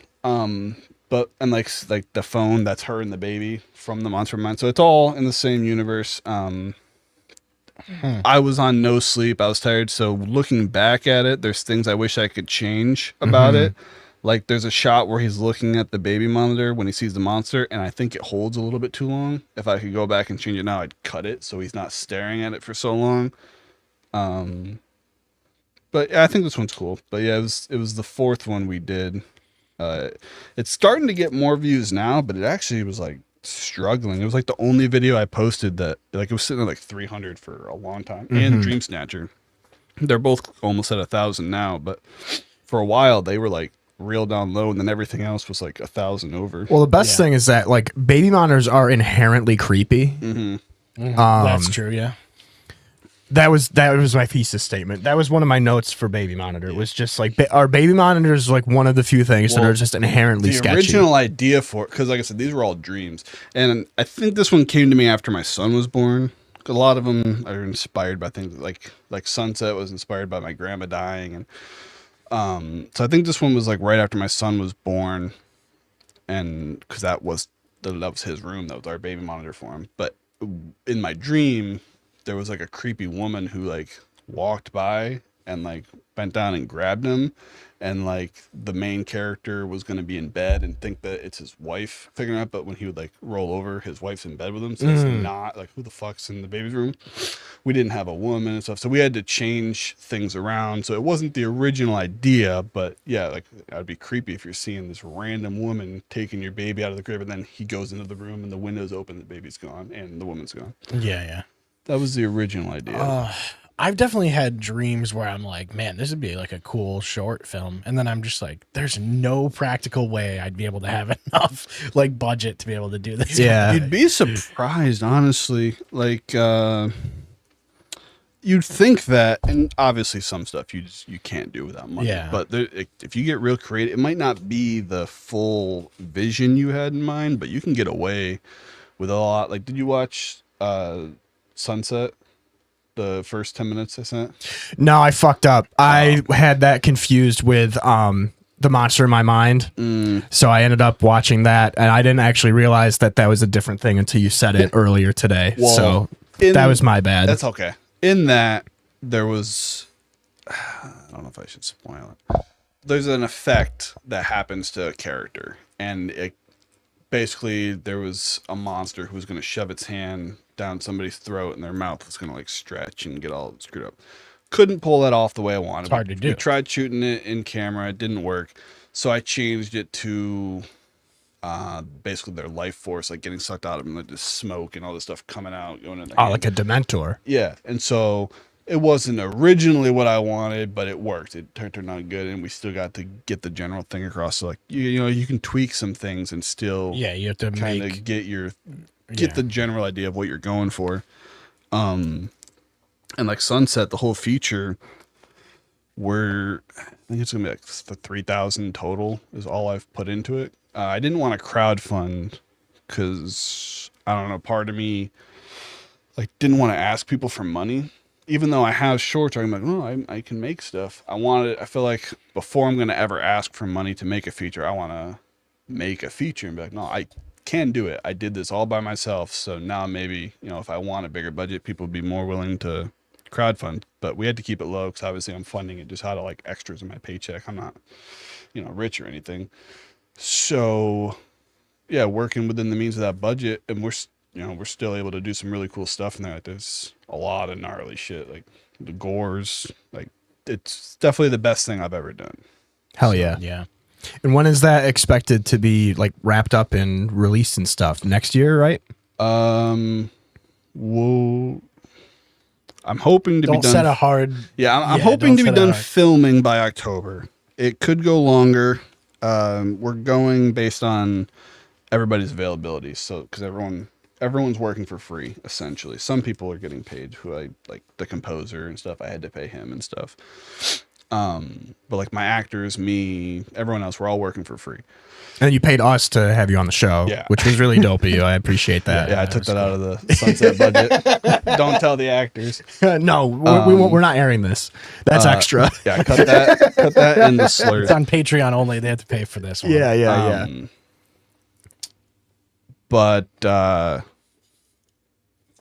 yeah, we're working around everyone's work schedules and life and stuff. So we're filming when we can. It's not like a normal movie where like, okay, we're filming from this date to this date. We can't afford to do that. So we're Just filming do as it we when go. you can, right. Hoping to get everything done by October. We took a little bit of a break because some people got busy with some stuff. So we have some stuff filmed. We're on a break. We're going to start again on the 8th and just film all the way through. And then I'm pretty efficient with editing, and I'm going to edit as I go. So, the full movie should hopefully be completed by November.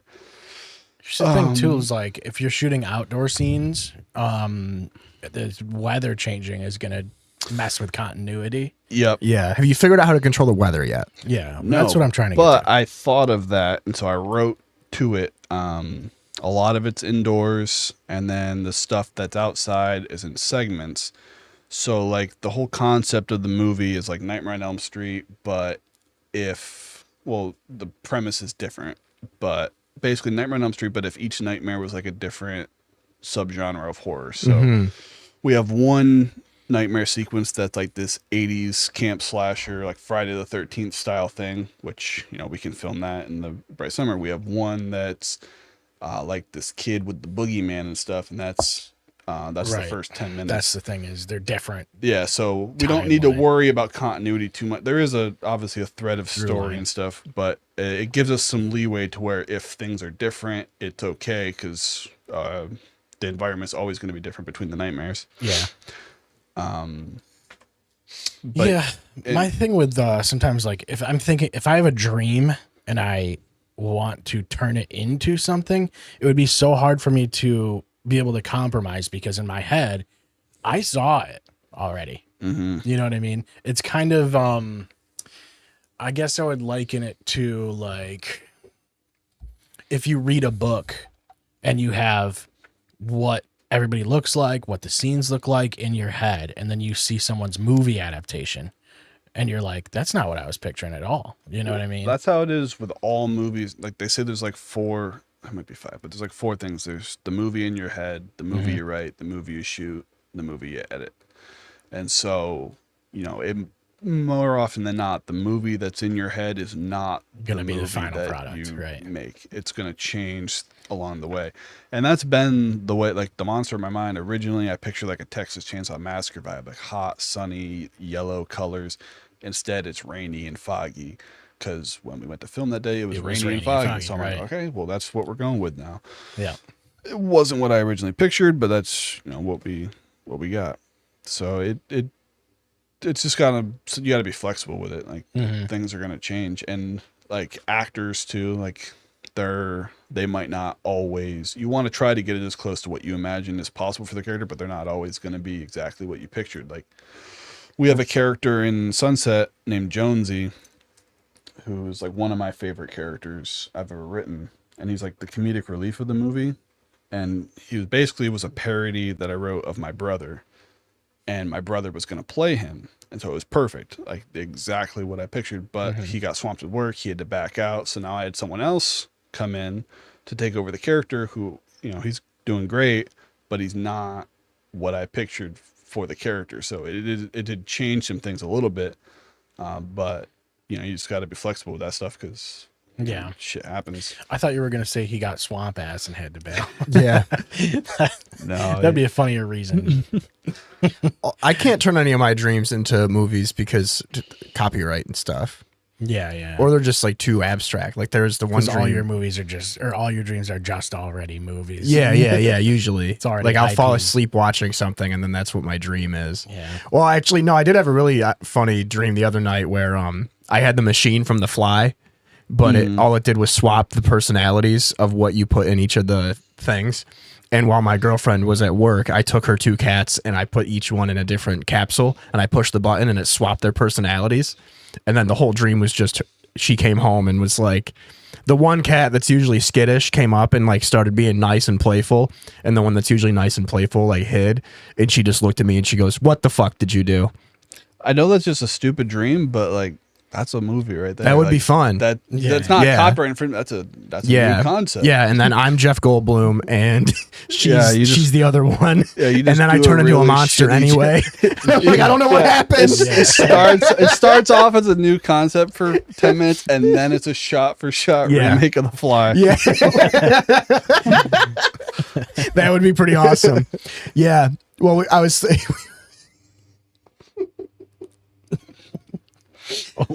Yeah, God, no. We were talking earlier, and we were like, it'd be really funny if we like pretended to we were like, well, let's pitch movie ideas to him, and then we just pitched you actual movies that are already made to see if you would notice. Oh, I would know it. I'm a big. But we figured you'd get it immediately. Yeah. I was like, yeah, let's say these guys are on like an Antarctic base, right? And they're all outside, and there's a helicopter that's from like Norway or Sweden or That's something. my favorite horror movie of all time. Yeah, you don't even know how it goes yet. But anyway, there's Is there this a dog. dog? There's a dog. There's Yeah, a dog. yeah. And there's a guy, and he's like, and he accidentally shoots the guy, and then like they find out it's not a dog, it's an alien. Yeah. I think it'd be really cool if the movie ends with 2 guys and you don't know which one is the alien. Yeah, I fucking love that movie so This much. would be a good idea. Yeah, we should go with this. That movie is like, that was my biggest thing that I liked. The number, like the thread connecting all of your projects together that I watched was the sound design. I loved, and it's just Which is crazy because I added it all in post. I was insecure about it for so long. I'm like, Really, yeah, because I didn't think it would sound good because I loved it. I really did. And I think that's why I like Carpenter films so much, like Halloween, The Thing, especially. Basically, just those 2 off the top of my head right now. But like the sound design of those, and like Ridley Scott, like I love Alien. Alien 1 is probably my favorite film ever. And even like, certain stuff that we were looking at, like Spielberg films and James Cameron stuff. Like I fucking love Titanic, which is one of those, like, we were talking about Oscar bait films. Yep. And Titanic is like such a Oscar bait film, but I fucking love that movie. It so is much. an Oscar bait film, but what It's I was so thinking more was sick. things like Moonlight and La La Land, Crash. and shit like that. Yeah, More- like, Titanic. It's too long for me to sit through when I already. Like, Yeah, Titanic is we know just, how it ends. yeah, we know how it ends. Let's get to the boat. Yeah, they end up they give Keanu Reeves back to the machines, and he does a crucifix thing, and then everybody's fine until 2020, and then they bring it back. But yeah, for your question earlier about like directors, and John Carpenter is like a big one. Obviously, I love all. I love all horror, I really do. But 80s horror definitely I think is like the biggest influence on me. It's so good, dude. So, 80s, like, 80s horror's The awesome. grindhouse feel. Yeah, John Carpenter, like Sam Raimi, obviously with the Evil Dead films, is a big influence. Modern stuff, I like David Sandberg, although he's kind of like a James Wan like protege. He did like Lights Out and Annabelle Creation. Yeah, yeah. Until Dawn. So, but I've been following him since YouTube before he became. So I've kind of watched his journey. So he's been a big inspiration for me. And Lights Out, like the YouTube short of Lights Out is so fucking scary still. The feature film of Lights Out is great, but that short like still ruins me. Yeah, it is. I also love, I didn't mean to cut you off, but I'm about to. No, you're good. I love, I was talking with somebody about like that wave of like It was after America got over remaking Japanese films. I think they did like one missed call and it tanked, and then they stopped doing Japanese remakes. But from like '06 to like 2015, where you just had shit like I guess they were trying to rip off like stuff like Insidious or Sinister. You had like stuff like Mama. Yeah, it was the James Wan era where like he would make a movie and then Hollywood's like, all right, we gotta do that exactly what he just fucking did. Like I miss that. I don't miss it in like I love those movies way, but like we were talking earlier about analog, like we're both huge analog horror fans, and now with like Iron Lung getting a thing and Backroom, well, Iron Lung wasn't analog horror, but you know what I mean, like YouTube horror. Chris Stuckman did a film, Backrooms, and now they got Mandela Catalog apparently is being produced by Steven Spielberg. And it's like this weird wave of, you kind of see Hollywood like one, and I guess it wasn't obvious to me until this, where it's like you strike while the iron is hot, and all of a sudden it's everybody's trying to do this one thing over and over and over again. Here's the thing, it only makes sense. Like what's popular is what's popular. Like you can't really avoid it.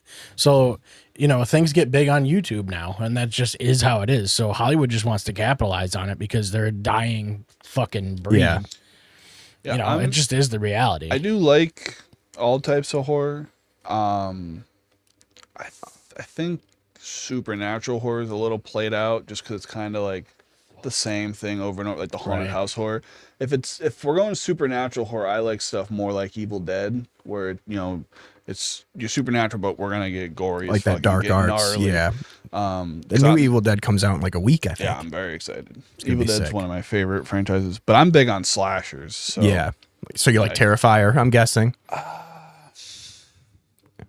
You're breaking my balls, Brad. I do like it, but I don't like it as much as like Halloween and stuff, because I agree. Actually, I don't think they're as fun or as rewatchable. They're so long, and like they're fun to watch for the first time, or to like show a new friend who doesn't know what's coming, and you get like those gnarly fucking kills. But like Jason's so much cooler and more entertaining, and the characters who are being killed are more entertaining. Whereas with Terrifier, I don't really care about anybody. I kind of, in Terrifier 3, I kind of liked I don't remember his name, but the roommate, the blonde dude who gets killed in the shower with his girlfriend. I kind of liked him. I thought he was like an interesting character. Yeah, even though he was just give you a reason to give a fuck that the person's getting I think that's murdered. I think that's what the Terrifier films are missing, is the characters need to be a little more interesting. They don't need to be like these super deep, fleshed out characters, but give them a little bit of personality and story. We don't need a lot of story because slash films never really do. So I'm not someone who's like, oh, Terrifier has no story, but just a little bit of story. Have you seen Wolf Creek? Is that the one with Jared Padalecki where like they're in Australia? Oh, okay. No, I was thinking of Cry Wolf. Wolf Creek. Yes, I have seen that. That's, with Mick Taylor. Yeah, the old movie. Wolf Creek is really fucking good. It's gonna sound really messed up, but I love movies that are like, I love horror movies that are cruel for the sake of being cruel. A lot of the times, like I'm obsessed with the Saw films. I usually do. I don't have. That's not my issue with Terrifier. I think I don't. Be mean. Go. He's a fucking serial killer. Like who? I don't care. Or is he? Or is he supernatural? Maybe that is the part. Maybe he's a nice guy and he's just like something's wrong. Well, that's the thing about the first film, is that like the girls in the first Terrifier are like diner or they bully him a little bit. According to the director, and again, that's the issue with Terrifier. It's so hard to piece things together. But apparently he was human in the first one. And died. Gets resurrected by demons or something. So then in Terrifier 2 and 3, he's supernatural. But in the first one, he was human, I guess. Oh, okay. And we're never gonna know. You only know that because he said that in an interview. The movie, and I hate that. I hate that shit. The guy that did, not David Lynch, David Chase, the guy that wrote The Sopranos. Because the way it ends, you don't really know how it ends. There's no definitive way to know. But then, like 5-10 years later, he's like, no, this is actually what happened. I just didn't put it in the show. And it's like, then it didn't happen. Right. Fuck off with that. I'm not, but I'm definitely not against like the Evil Dead remake from 2013. I guess it's not really a remake, but that movie is gnarly as fuck. And I love incredible. Like even Sunset, like that 80s thing we're talking about. I'll say a spoiler. There's a kill in that sequence where somebody gets gutted, and then they get their intestines ripped out, yanked up, and gets tied around their neck, and then tightened up behind them and yanked down, and the pressure of it snaps their neck behind them. And that's pretty fucking gnarly and over the top, but I thought it was cool. So that is cool. So like the kill stuff's not the issue. I think get gnarly as fuck with it. Now I gotta ask, as a creator, did you put the scene of the guy being hanged from his intestines because you have like issues with like, do you have like bowel issues? Like, do you take a lot of Tums or like? It was a statement on IBS. There's definitely a deeper meaning to it. Yeah, I got to be like the anti-Nardwar, like it's like a super political message behind. Yeah, I'll leave it to you to figure out. But it's actually about communism in Israel. Yeah. It's actually, we're trying to discuss whether the Bering Strait should be called the Bering Queer. Yeah, I was protesting war when that guy got his guts ripped out. It's an anti-war message. It's an anti-war movie. Right? The heart of the movie is anti-war. But no, I'm stoked for it, man. And like I was telling you when we first talked the other day, which so out of the blue, like you posted a thing and somebody ended up tagging me into the post, and I was like, I haven't talked to this person in a while. Why did they tag me in a post? I don't think I've talked to Tacey ever. I know her. Shout out to Tacey. Thank you for that. That was awesome. We used to work together, but like in different departments. So I don't think we might have like in passing, like, hi, but like we never like have actually had a conversation. So yeah, I was surprised too when she commented and tagged you. I'm like, okay. Yeah. And I was like, hell yeah, let's do this. That's how it works, dude. Pretty much. That's mutual connection. Yeah. Networking. Yeah. After 11 years, we finally got networking guests. Yeah, because I was wanting to, like, there's so much to talk about with like the YouTube channel and the films and Sunset and stuff. I'm trying to get the word out there because, you know, you guys know where we live, there's nothing going on. Everything in terms of the film community is out in Buffalo, which is like 2.5 hours away, which, you know, is not a problem for going to a festival or something if I want to travel out for that. But trying to, you know, network with those people, it's like, well, you know, we can't afford to move out 2.5 hours to go film something. Luckily, there are some people who are willing to hop on my movie from out there. So that's cool. But yeah, really trying to get the word out when I'm pretty much all there is, at least that I'm aware of, for a film community around here. Yeah, I hope it goes well, man. Like anytime people come in here and they're like doing the thing that they want to do, it's like some people don't want to do the thing that they want to do because they're scared of like the criticism, or they're scared of like just people being like, oh, you shouldn't be doing that. That's not your thing. You know what I mean? It's like, don't tell me what you should get into a trade. Yeah, I remember in high school, I had some kids fucking laugh at me. And I still remember who it is. I'm making a movie now, so fuck you. Yeah. But we were in school, and they were like asking us like if there was any extracurricular like classes or like programs that we would want that they could offer students, and like they gave us the papers or whatever, and we had to like pass them forward, and it would go through the line to get to the person or whatever. And I was in the very back row, and I wrote like filmmaking or something like that, and I passed it to, I won't say her name, but this girl, and she like looks at it and she smiles, and then she passes it to the dude in front of me, and they're like the popular, like he's like the football guy, and she's like the girl that bangs everybody, and they're like laughing at me for one dude. I'm like, what's fucking funny about that? Whatever. Yeah, what is funny? I know, they were like laughing, like, oh, look at this guy, he wants to fucking make. Like, meanwhile, their answers were like Oakley sunglasses and cheaper Plan B, like Plan B at home. From what I'm aware, staircases. Their lives did not turn out the way that they were supposed to. So now I'm making a movie. One's working at Dunkin'. Yeah. And the other one tried to get a job at Dunkin'. The other one is applying there. Yeah, and now he's smoking crack. Yeah, shout out to Dunkin'. Thank you for breakfast today. No, I think one of them. Who the fuck is Dunkin'? I don't know who that is. But they know, if they ever watch this, they know who they are. Yeah. But fuck you, I still remember. Yeah, I remember when Kid Drip came in, dude, and we were like, that was the best. It's like, you know, people are going to make fun of you. Shout out to TT. I love you. People are going to make fun of you for trying to do shit. And it's like, just do it, though, because you want to do it. Yeah. You know? It's like, what the fuck? What does it matter? Like, if you enjoy doing it, do it. Yeah. Who fucking cares? People are way everybody's like 10 ply, dude. Straight up, everybody's 10 ply. Everyone's so like invested in what everybody else thinks. And it's just stupid. Yeah, like, it's dumb. I definitely went through that phase, especially like when I was a teenager, like worried. Everybody like, does. I don't want everyone to make fun of me. Like you worry, like yeah, you know, like you said, everyone definitely goes through that. But as I got older, yeah, you really like, who the fuck cares what this person who I don't even know or talk to, like think like, oh, they're gonna laugh at me. I'm never gonna see them again. Don't give a shit. Like, and it's like the sooner you get out of that phase, the better too. You know. And it's the same thing with like not even like them just making fun of you, but like if you are making art, like whether it's movies or paintings or whatever, and like someone doesn't like it, like, so what? Who fucking cares? Like, do you know how many Hollywood movies have you gone and saw and you didn't like, or you liked every single one of them didn't? And it's like, that's no different. Just because you're not this big studio with your movie in theaters, you're gonna get the same criticism. Like it's all subjective. So like if someone doesn't like it, who gives a shit? Someone else is going to. Right. Like it's just not for that person. I did. Yeah, it's like I like it. You know what I mean? It's like make the shit that you like. We get that with the oil up your shoulders. You know. Yeah, we used to get that with the show a lot. We would get the first like few years of doing clear shots. People would be like, "Oh, you're still doing that? Are you making any money yet?" And it's like, "No, you're fucking. I'm making you a pizza.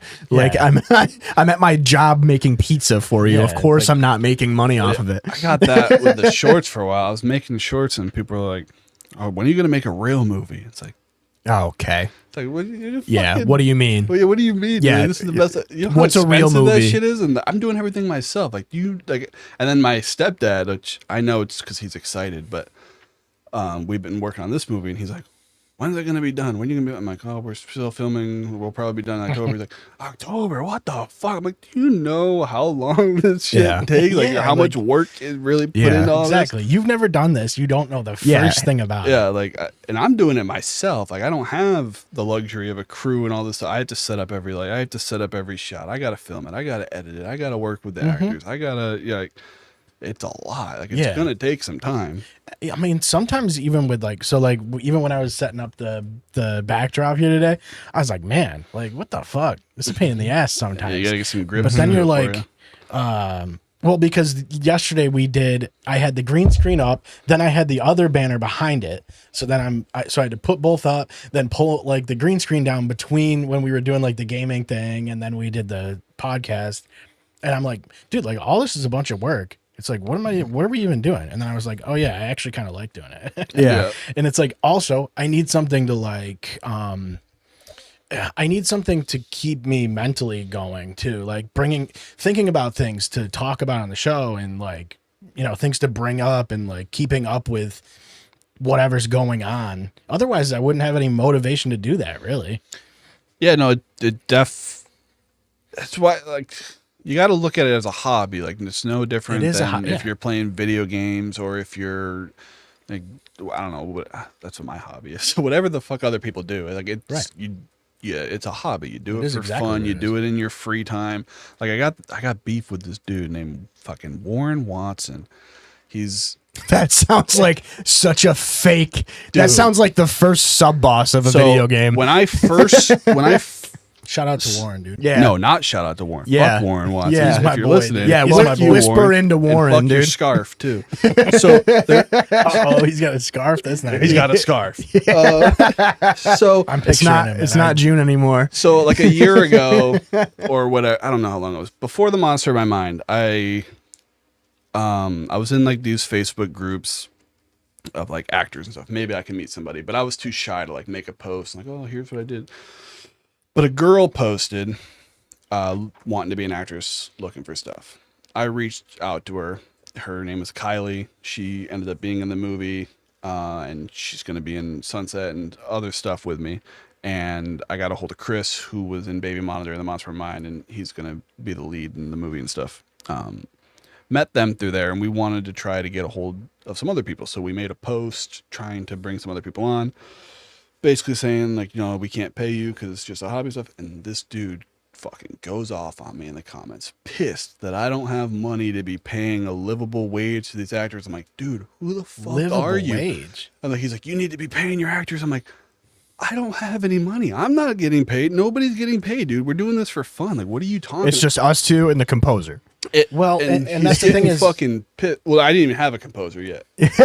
well, here's another thing, right? So like so I used to be in bands, and we would play shows all the time for free.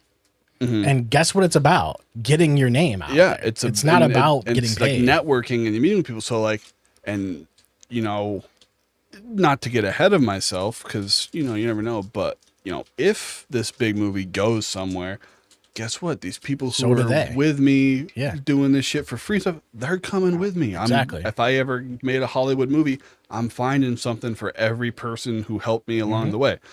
And so we've made a couple posts in these groups throughout like the last year, whatever, whether it's my post or if Kylie makes a post because her and her fiance are trying to do their own stuff too on the, like separate from me. And they made some posts like looking for actors, same thing. And he's fucking harassing them. And then I made a post for Sunset and all these positive comments, people are interested, but there's fucking Warren. Oh, you need to be paying. If you can't pay them or people can't pay their rent in exposure bucks or something like that. So I like told him to go fuck his scarf because he has this big scarf in his fucking picture. I hate this guy. I got beef with Warren. I've had beef with him for like a year now. He's like my arch enemy. Me and Warren Watson. He's gonna eat his words, dude. He's gonna eat his Warren words, dude. Yeah. Yeah, he's on every post, and he lives in New York City, but he'll like. Oh, of course he does. But he'll look around like let's get him on. He'll look around like upstate New York forums and harass people who aren't paying actors. Like, dude, we are not production companies. We are hobbyists making shit and just trying to mingle with other people. We're not looking to like pay your rent for you. Also, imagine being that guy, like having that be like something that bothers you that much, and having I know, like, you know what I mean? Like, we both know a couple of people that are probably Warren Watson. Yeah, it's like, why are you so mad that this person who wants to work for free isn't getting paid on a set where you're way madder than any of the actors are. I'd get it like if I was getting paid and I just like. I don't want to pay anybody. I'm like, dude, I'm paying. He's like, well, if you can pay for the costumes and the gore and stuff, then you can pay your actors. Like, no, I fucking can't because all the money went to the locations and the gore and the costumes. Yeah. I don't have leftover money to be paying somebody a couple $100 a day. Well, also the whole deal is that you're doing it for free. That was the whole thing. That was the whole pitch. And like they're in their appearance forms, the release forms, it's all like in I still got to get some of them to sign it, but they all get paid X% of whatever the movie makes if it ever makes money. So that way if it makes money, we all make money. Yes. So we're either all did it for free or we're all going to make something. And I thought that was fair. The actors all think that's fair, but not Warren Watson. It's not like you were like, it's not like they all signed up on the pretense that they were going to get paid. That's a different thing. And then I'm just not paying anybody or anything. Yeah. Like, I've been up front the whole time. Like, if you got to travel, I'll pay for your gas, but I'll feed you, but I can't like pay you to actually be here. Shout out to Warren. No, get on the show. Come on the show. Come on the show, and we'll take it up with him. We'll take it up with him right here. Yeah. I'll pull the pictures. I can't. We got to see this scarf. I can't stand people like that. I want to see the scarf.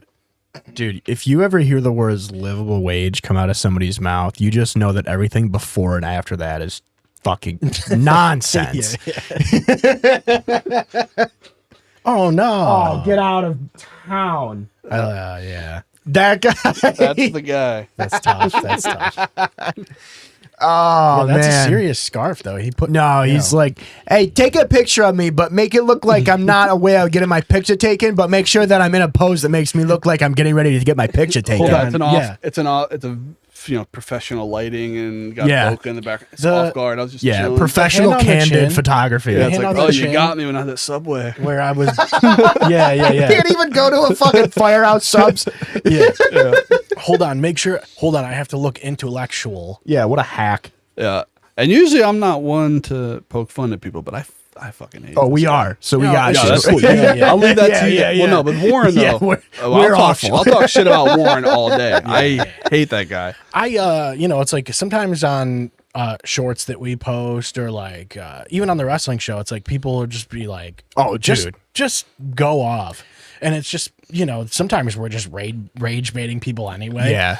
But It's definitely more well, because when, at least for me, when I'm watching like a podcast or something, I want like it to feel like a real conversation. Like I don't like when people over edit, yeah, and, or like, they like beat around the bush. They don't want to like if you're gonna talk Yeah. about something, tell me how you really feel about it. Like just go all in. Yeah. Because if I can tell that you're not really, you know, saying what you want to say about it, then it's like you lose interest because you Exactly. can feel it. it's almost like this when they're talking in PR. Yeah. Yeah. Well, I like using the phrase like people act like HR is in the room with them. Yeah. Yeah. And it's like, I don't even know how to spell HR. So like, get the fuck out of here. Yeah. Well, I and, might but a tag lot of Warren, times- isn't it? But a lot of times, like it is in the room with them because they're going to be watching it, you know? Right. Well, it's the same reason people have asked us to take shit down, you know? Yeah.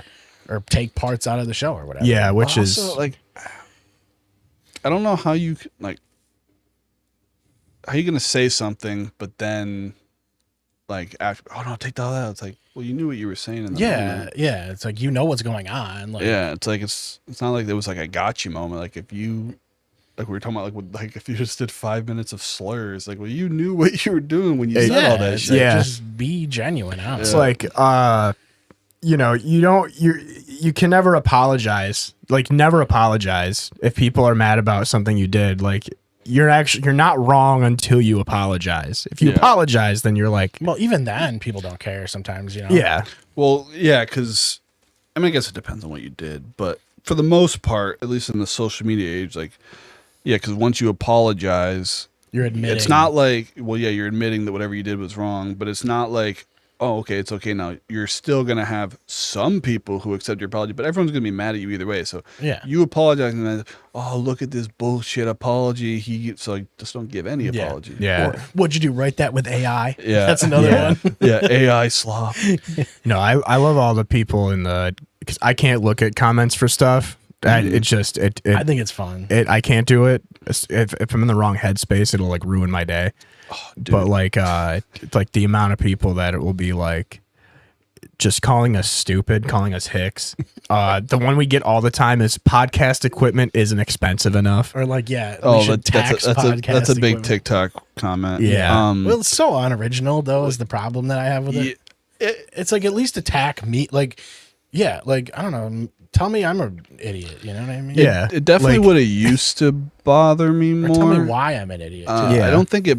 I think it's funnier. Like we submitted the Monster of My Mind to a couple festivals, and one of them was in Syracuse, and they rejected us. And we asked for feedback, like why didn't you? Just curious, and they fucking hated it. They basically told us like my direction was shit, the acting was shit. This was the editing film festival? Not the one we got into. The one we got into out in Buffalo, they loved it. But Syracuse fucking hated it. We submitted to Scaricon and Syracuse, like, this is not a good movie for a festival. I think they just didn't like that I killed a baby, to be honest. But they were, they just, the acting, they're like, the girl's okay, but the guy fucking sucks at acting. The direction shit, the editing shit, the pacing shit. Like, just brutal. Like, oh my God, they fucking Scathing hate this reviews. movie. But then Buffalo, we get nominated for a bunch of awards, and people are loving it. Like, oh, like that opening was fucking. I did, you know, it was so disturbing. But Yeah, I thought the opening was awesome. That's the thing, is like, you're just gonna get different opinions from people. Some people are Yeah. just assholes too, though. They want to be. Oh yeah, that was something I was gonna mention. We got so sidetracked. So the opening, the reason I did that was because I was looking at the YouTube analytics, and like, Yes. the fall off was so quick for You Dream gotta Snatcher hook and people Cellar early. Dweller. Yep. Because I get it for Dream Snatcher, because the first like minute is like that fake commercial or whatever, like the fake 2000 or like 80s infomercial or whatever. But I didn't want to lose it, so I'm like, okay, well, what can I do that's gonna like hook people right away? So I'm like, all right, let's kill a baby. Like, right away, that's fucking all right. Guy, gun. What's he gonna do? Baby, boom. Yeah, What the yeah. fuck?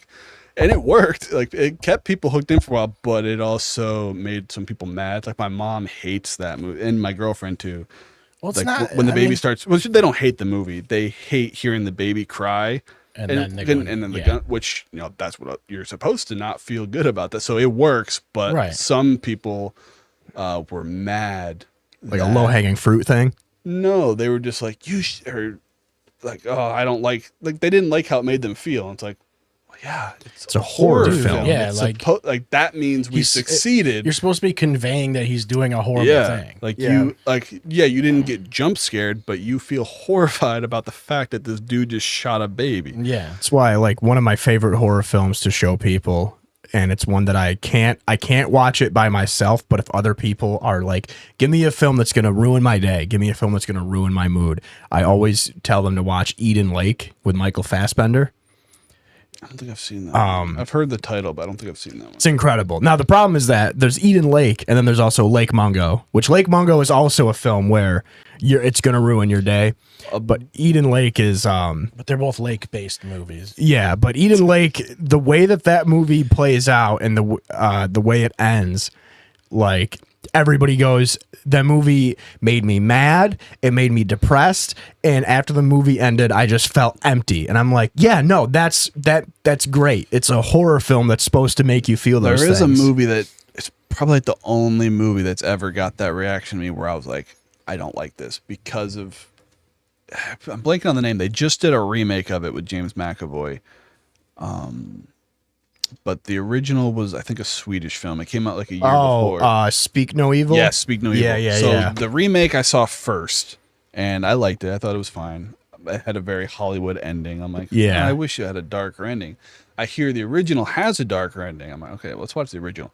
I'm bored all the way through the original. I'm like, this is, oh my God, the remake's so much better. Then we get to the ending, and I'm like, fuck this movie. Like, yeah. What the fuck was that? Yeah. I was like, I wanted the darker ending, but not that. Like, and I watched it shortly after I like became a father. So like, if I had watched it before, maybe it wouldn't hit the same. But after having a kid, whenever I see something happen to a kid in a movie, I like put my son in there in my mind.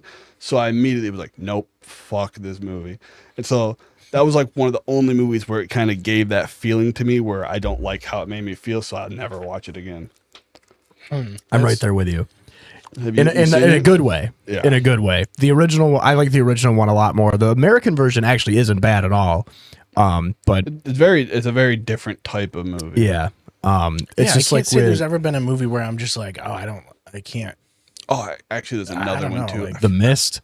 No, that is fucked up. But that's more of like a classier version. Like, yeah, that was dark. That was depressing. I don't like how that made me feel, but I'm okay with that.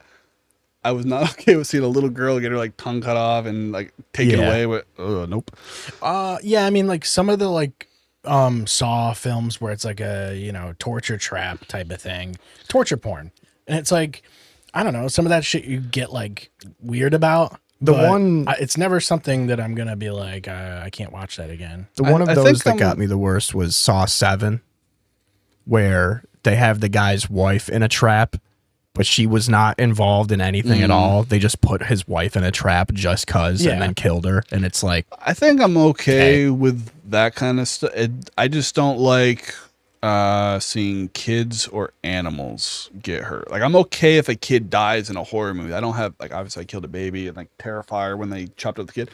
I'm fine with that because you don't see it. Like, I'm fine with seeing the aftermath. I'm fine with hearing it. Well, depending. Like, I don't want to hear a kid crying while they're getting butchered, but like, I don't want to see it. That makes me uncomfortable. And like animals, for some reason, I don't like seeing like a dog like whimper and get killed. I'm like, I don't like that. Yeah, like I think Secret Window, when that happened, I think he kills his dog, and I'm like, oh damn, this one was tough for me. Like, have you ever seen? It's kind of like Saw. It's like one of my favorite modern series of The Collector, like The Collector and the Collection. Yes, like I love that movie, but I hate the first one when like there's the cat on like the floor of acid, and he like picks it up and it rips its skin off, and then he throws it out the window to try and help it, but no, it's a fucking trap right there, and it cuts the cat's head off. It's like, oh my god, if the cat got it worse than anyone else in the movie. It's a tough day. Yeah. Mondays, am I right? You got it right.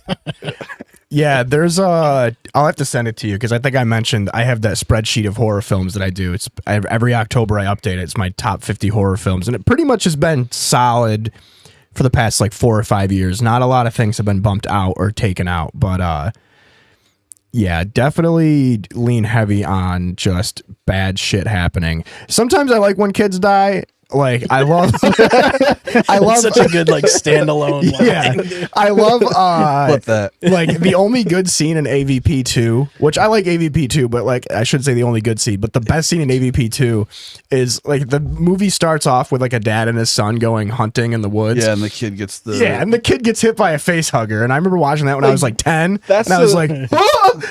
yeah, that's what I mean by like I'm okay with that stuff. Like when a kid dies in that way or something like Yeah. that. But like when I guess what you were saying with the torture porn where it feels like weird, but Yeah. when it's happening to kids, I don't like that. I'm trying to think of like a Sometimes, drawn it's out kid this- death. It's almost like in a film. helpless feeling too. The helpless Yeah. feeling. So Or- Yeah. Yeah, because I imagine like my son and I wouldn't be there to help him. Yeah. Like our Doctor Sleep. Have you ever seen that? That was the sequel to The Shining. The Shining. And they have the kid in the baseball field and they're holding him down. And he's like sitting there crying. You don't really Yeah. see anything, but you're just hearing this kid cry and beg them not to hurt him. And they're Yeah. gutting him and stuff like, oh. Or like in Home Alone, because he's like Home Alone and he's all scared and stuff. Yeah, Home Alone and Doctor Sleep, like the same. Well, I'm trying to think of like drawn out like really cruel, torturous, like where you actually see the kids get hurt badly. kids getting hurt badly. Kids getting hurt badly is great. There's this really fucked up movie. I'm trying to remember the name of it. It's a foreign film. It's like notorious for being like the most. Like, There's the Serbian film. that's what I'm talking Yeah, about. yeah, where, yeah. Like he rapes his son in the ass or whatever. Yeah. Yeah. That one was Yeah, pretty it's like, wild. bro, chill. Why is that? Yeah, like, bro, who I was actually wrote just this talking. I movie? was just talking to my sister about that movie last night, and I might be one of the only people I know that I really like that movie. You like it? Yeah, I love the storyline of it. Oh I don't like the actual movie. I've never sat and But- like watched it full. I've only seen it in parts because I can't get into foreign films in general usually because Yeah. I'm not a big You don't speak the language. I'm not a big subtitle even like on like Yeah. American films. Like a lot of people like to put on subtitles. I'm like, no, crank the volume all the way up if you can't hear it. I'm not gonna Yeah. read a movie. I want to hear agree. it. Yeah. It's I, tough. I like the story for Serbian film. I might be one of the few, and it's gonna get me flamed on every fucking platform Yeah, because cut it's that. like Cut basically that. this guy is like the Brad Pitt of porn, and Yeah. he retires, and this fucking this like secret billionaire guy comes up and he goes, "Hey, I'm gonna give you like $100 million to produce all these porn films for me, but the catch is you're not allowed to know what they are, and you have to sign the contract now." And he fucking signs up for it, and it starts off just normal porn, and then it ends up going to like snuff films. Yeah, because I would say, isn't And that the they, one like, where he's like having base- sex with a girl and he has like a machete or something? He Yeah. starts chopping her up. Yeah, and like then he wants to back out, and then the guy's like, "Nope, we kidnapped your family, so now you got to do them films, otherwise we kill your family." It's Yeah. just Manhunt, And but then, porn. And then there's like this body. Have you ever seen it? no, definitely not. There's like this body that's like just an ass out. It's like covered with blanket. He's like, you gotta have sex with this person. So he does it. He's like at the end of the movie, he's like, whatever. Like he's like, do this and you're all done. So he like just does it, and then they take the blanket off, and it's his son that was like kidnapped and held down. yeah, you can't do that to guys. yeah, yeah. Yeah. That's crazy. yeah, dude, it's brutal. It's not a very friendly thing to do. Yeah. I mean, I'm big on foreign films. There's one that I love that I would honestly give a try. It's another Serbian film, but it's not the Serbian film. It's called Baskin. And it's like this team of SWAT, like whatever Serbia's version of SWAT teams are, go to like answer this fucking distress call. And as they go to break into this like abandoned house where this shit's going down, it ends up being like a portal to hell. And they get trapped, and it's fucking will really cool. It say- sounds really stupid. But I don't it's watch a really lot cool. of foreign films, but I've seen a lot of clips of them. And from what I've seen, I think like foreign films do like the supernatural type of horror way better than we do. Like, Yeah. I've seen clips with like these creepy monsters, like same stuff you'd like you were talking about, like Mama and those types of movies where there's some type of entity or whatever. But in those foreign films, it's so much scarier and like creepier feeling than like if we watch the remake of it here or just an original movie here, but that same genre. It's not as good in America. capturing the horror. Yeah. And there's something to that. Like for me, I think it's because a lot of foreign supernatural films are based on their folklore, and we don't have a frame of reference for that. So you're even more lost in the weeds about it. Yeah. Monsters are tough for me. Like I'm Like a always creature feature. Yeah, like I'm a bigger fan of like humans that are moving unnaturally or like just like creepily. Monster films are weirder to me for some reason. They're harder for me to That's what I see. mean. Where it's like, I know it's this one foreign short film, I think, and it was like this dude or this kid, and he's like in a high rise, and he's got like a telescope, and he's spying on his neighbors in like a building across from him. And in one of the windows, there's like this big creepy woman. She's like 7-8 feet tall. Kind of what you're talking about. She's a human, but she's not a human. how tall that tall people She's always like tall, freaks me and out. she's like eating this dude or something. And the kid's looking at her, and then all of a sudden, it just like turns its head and looks at him, and like it's making eye contact with him all the way across the street in this other building, and it just starts running out of the room it's in. No, and then the kid's sitting there scared, and it's just quiet, and then he looks down on the street, and you see it run out of the building, and it's running across the street to go up into his building, and then he's fucking sitting there scared, and then all of a sudden there's like a knock at his door, and like the monster comes in to get him. But I like watched that, like just talking about it now, I'm getting like goosebumps thinking about it. I'm like, oh, that was so good. We don't have anything like that in like American films, at least that I've seen. Yeah, that's wicked cool. I like that. Yeah. Yeah, I don't know. So I guess that would be my inspiration. I try to do stuff Yeah, like I want to find that now. That sounds fucking terrifying. shit that's humanoid is definitely scarier. You should watch The Void. The Void is a good creature feature. Yeah. Have you ever seen The Void? That's like one of the like the better practical effect films that's come out in a while. I've heard. I don't Yeah, think I've so. heard good things about that. I might know it, but not by title. Yeah, I'm weird with creature features because it's like, what is a creature feature? Like, is Aliens a creature feature? I would say so. Right. I guess it's sci-fi horror, but Yes. it technically, it also Tremors? The first one could also be like a slasher, though, kind of similar to like the first Terminator, where it's not really a slasher, Yeah, but it kind of. But then the is. second one becomes an action. Yeah. movie. And they're both by Both of James them. Cameron. Yeah, because it's like there's Yeah. one entity picking off people one by one in a confined space. To me, that's what a slasher film is. Yeah. So I kind of consider the first Alien and the first Terminator a slasher film. Another creature feature is Eight-Legged Freaks. That movie is awesome. Yeah, that's With David from Arquette. way back. Yeah, Like 02. yeah. I remember the DVD Yep. cover of that one. My grandma had like a big box of DVDs, and I remember pulling that one out too. Like I would see that and 13 Ghosts and 13 all those Ghosts is old ones. great. Yeah. Evil Bong. Oh, what was that? Evil Bong and the Ginger Dead Man or whatever, right? They had the So crossover. stupid, dude. That kind of shit I kind of like though. Like goofy. Have you ever seen Thanksgiving? I think it was where like turkey. Is that like, the Eli Roth one? No, that's Thanksgiving. There's I think it's called Thanksgiving, and it's about an evil turkey. That sounds right. Yeah. That just goes around. It's very low budget, like really shitty. I have heard of this. But the turkey's like gobble gobble bitch, and like Yeah, in the yeah. beginning, it's like chasing this Amish person, and like he rips off her shirt for some reason. He's like, "Nice tits, bitch," and then he picks up an axe and like He's a hits her turkey with- doing this? It's a turkey. That's awesome. And then there's a part where it cuts off this guy's face, and the turkey does, and puts his skin on like a skin mask. So it's just a turkey with dangling skin, and the college kids come home and believe that this turkey with the skin mask is her father. Yes. They're like, oh hey, what's up, fucking John? And before that, Warren. like It's got a scarf on. there's like before the guy dies, he's like drinking coffee with his wife, and he's got like a super fake mustache, and he like drinks the coffee. He's like, "Oh, this." I don't remember what he says, but he basically says like, "Did you take a shit in it?" And she's like, "As a matter of fact, I did." And she like puts the pot down. There's a turd in the coffee. She's like, "I want a fucking divorce." And then like, why This is movie that in sounds the awesome. movie? Yeah. Was this Trevor Moore? Did he make that? No, Or was that it Zombievers? It was some college kids made it for like a couple $100. I don't It's really bad. remember. Yeah, Trevor Moore did something like. I think he did Zombievers. Zombievers is a thing, so Yeah. that might be what he did. That's awesome. Well, I didn't realize that Zach from Whitest Kids You Know is Zach Kreger from Weapons and stuff. Brian explained that to me a couple weeks Weapons ago. and stuff. The And that first blew my mind. first movie I saw them was Miss March, right? Where they're trying to find like the Playboy cover girl. Yeah. And like he falls down the stairs and goes into the coma or whatever. Yeah, that was like the first thing I saw. It's then. funny. I like watched Whitest Kids You Know recently, and like some of that is like hit or miss, dude. Oh. Some of it you're just like, what was that? I remember when I was in high school, I thought the Civil War on drugs was the coolest and funniest thing ever, and then I couldn't sit through it trying to watch it again. I was like, all right, come on, we get it. Yeah, I do love the one where he's like sitting in front of the class and he's telling them about like all the conspiracy theories and shit about how 9/11 wasn't real or whatever. It's so good, dude. Yeah. Type of shit is hilarious.